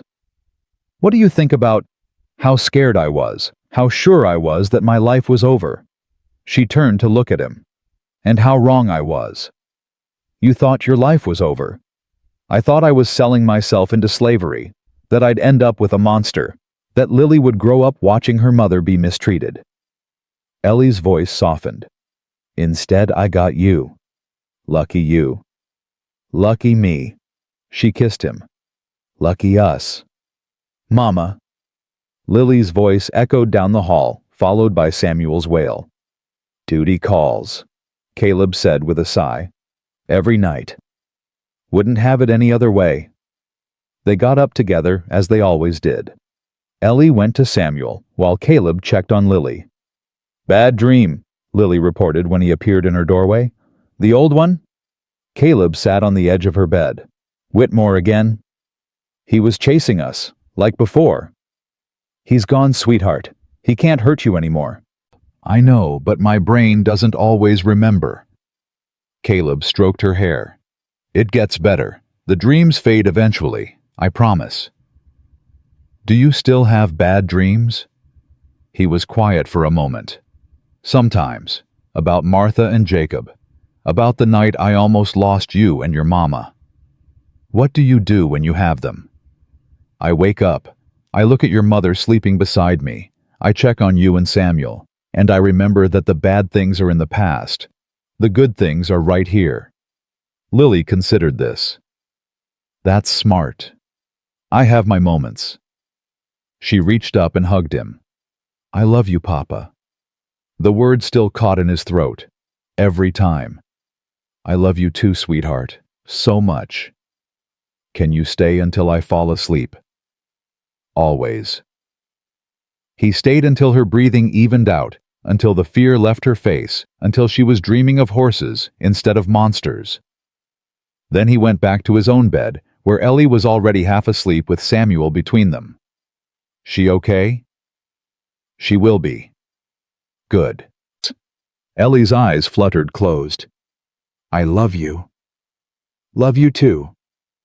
He lay there in the darkness listening to his family breathe. 3 heartbeats. 3 lives intertwined with his. Once he'd thought his story was over. Thought he'd spend the rest of his days alone punishing himself for failures he couldn't undo. Then a flood. A wagon. A desperate mother with fierce eyes. Then, $70 and a choice that changed everything. He'd bought her freedom thinking he was saving her. Turned out, she'd saved him right back. On a spring morning 5 years after the auction, Ellie stood on the porch of Stone Ranch and watched her family come alive. Samuel, now 5 years old, chased chickens around the yard, while Lily tried to catch him. Marcus and Sarah's twin daughters, born last summer, gurgled in their basket on the porch, while their parents supervised the chaos. Hector sat in his rocking chair, shouting instructions that no one followed, and Caleb stood at the corral breaking a new horse with the same patient strength he brought to everything. He caught her watching and smiled. Ellie smiled back. Mama! Samuel came running, face flushed, grinning wildly. Lily said I can't ride Thunder, but I said I can, and she said I'm too little, and I said, you're both right. Ellie scooped him up. You're too little now, but you'll grow. When you're bigger. When's that? When you eat more vegetables. Samuel made a face. I hate vegetables. Then I guess you'll never ride Thunder. He considered this tragedy. Maybe I like vegetables a little. Thought so. Caleb appeared beside her, sweaty and happy. Causing trouble? He asked Samuel. Always. That's my boy. He kissed Ellie over their son's head, casual and familiar and perfect. Happy? He asked. Always. No regrets. Ellie looked at her family, the children laughing, the friends gathered, the home they'd built from nothing, and felt her heart overflow. Not a single one. That evening, after the children were in bed and the house was quiet, Ellie and Caleb sat on the porch one last time. I've been thinking, Caleb said. Dangerous. Funny. I've been thinking about that auction, about what would have happened if I hadn't been there, if I'd just stayed home that day. I try not to think about that. I know, but hear me out. He took her hand. I was there because I'd lost hope. Because I wanted to see other people who'd lost hope, so I'd feel less alone in my misery. I wasn't looking to save anyone. I was looking to wallow. And then I saw you, holding Lily like she was the only thing in the world worth protecting, ready to sacrifice everything for your daughter. His voice roughened. And I thought, that's what courage looks like. That's what love looks like. And maybe if someone like that can keep fighting, maybe I can too. Ellie's eyes blurred. Caleb, you saved me first, at that auction, Before I ever saved you, you showed me what it meant to fight for something, to refuse to give up." He turned to face her fully. "I'll spend the rest of my life thanking you for that." "You don't have to thank me." "I know, but I want to." He kissed her forehead. "Every day. Forever." "Forever's a long time." "Not long enough." They sat together until the stars came out, until the world grew quiet, until there was nothing left but the two of them and the life they'd built. A cowboy who'd lost everything. A widow who'd been sold for $70. A family forged in fire and flood and fear, and love, stubborn, impossible, redemptive love that had made it all worthwhile. Some stories end with castles and crowns. This one ended with a ranch in Wyoming, a house full of children, and two people who'd found each other when they'd stopped believing in anything at all. It ended with Ellie Stone looking at her husband in the starlight, and truly knowing that the worst day of her life had led to the best days of her life. It ended with hope, and that was enough. That was everything. Eleanor Hartwell had climbed onto an auction block with nothing but her daughter and her desperation. Eleanor Stone stepped off the porch of her home with everything she'd ever dreamed of and more. The woman who had been sold for $70 now owned 1,000 acres, a thriving ranch, and the hearts of everyone who knew her. Not because a man had rescued her, but because she'd had the courage to rescue herself, and in doing so had rescued them all. This is the truth she learned in Wyoming. Love isn't something you find, it's something you build. Board by board, brick by brick, choice by choice, and once you build it, nothing, not floods, not villains, not all the cruelty in the world can tear it down. Nothing.